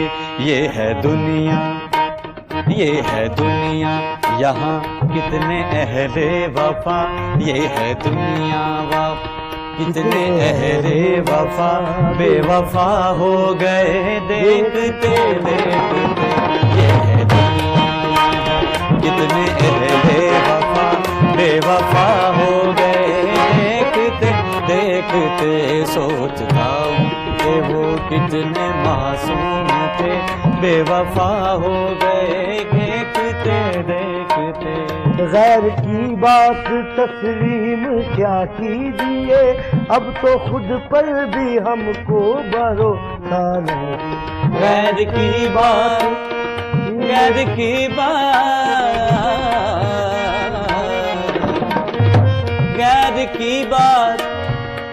की बात,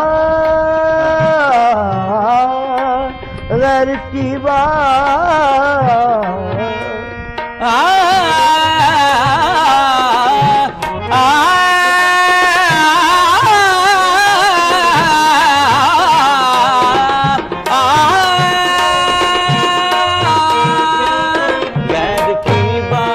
तस्लीम क्या कीजिए, अब तो खुद पर भी हमको भरोसा नहीं।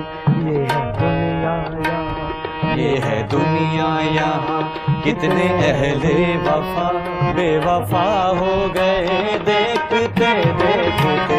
ये है दुनिया यहाँ, कितने अहले वफा बेवफा हो गए देखते देखते।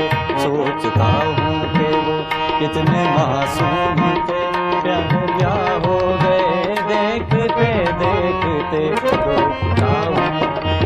सोचता हूँ मैं, सोचता हूँ मैं, सोचता हूँ मैं, सोचता हूँ मैं, सोचता हूँ कितने मासूम थे, क्या से क्या हो गए देखते देखते।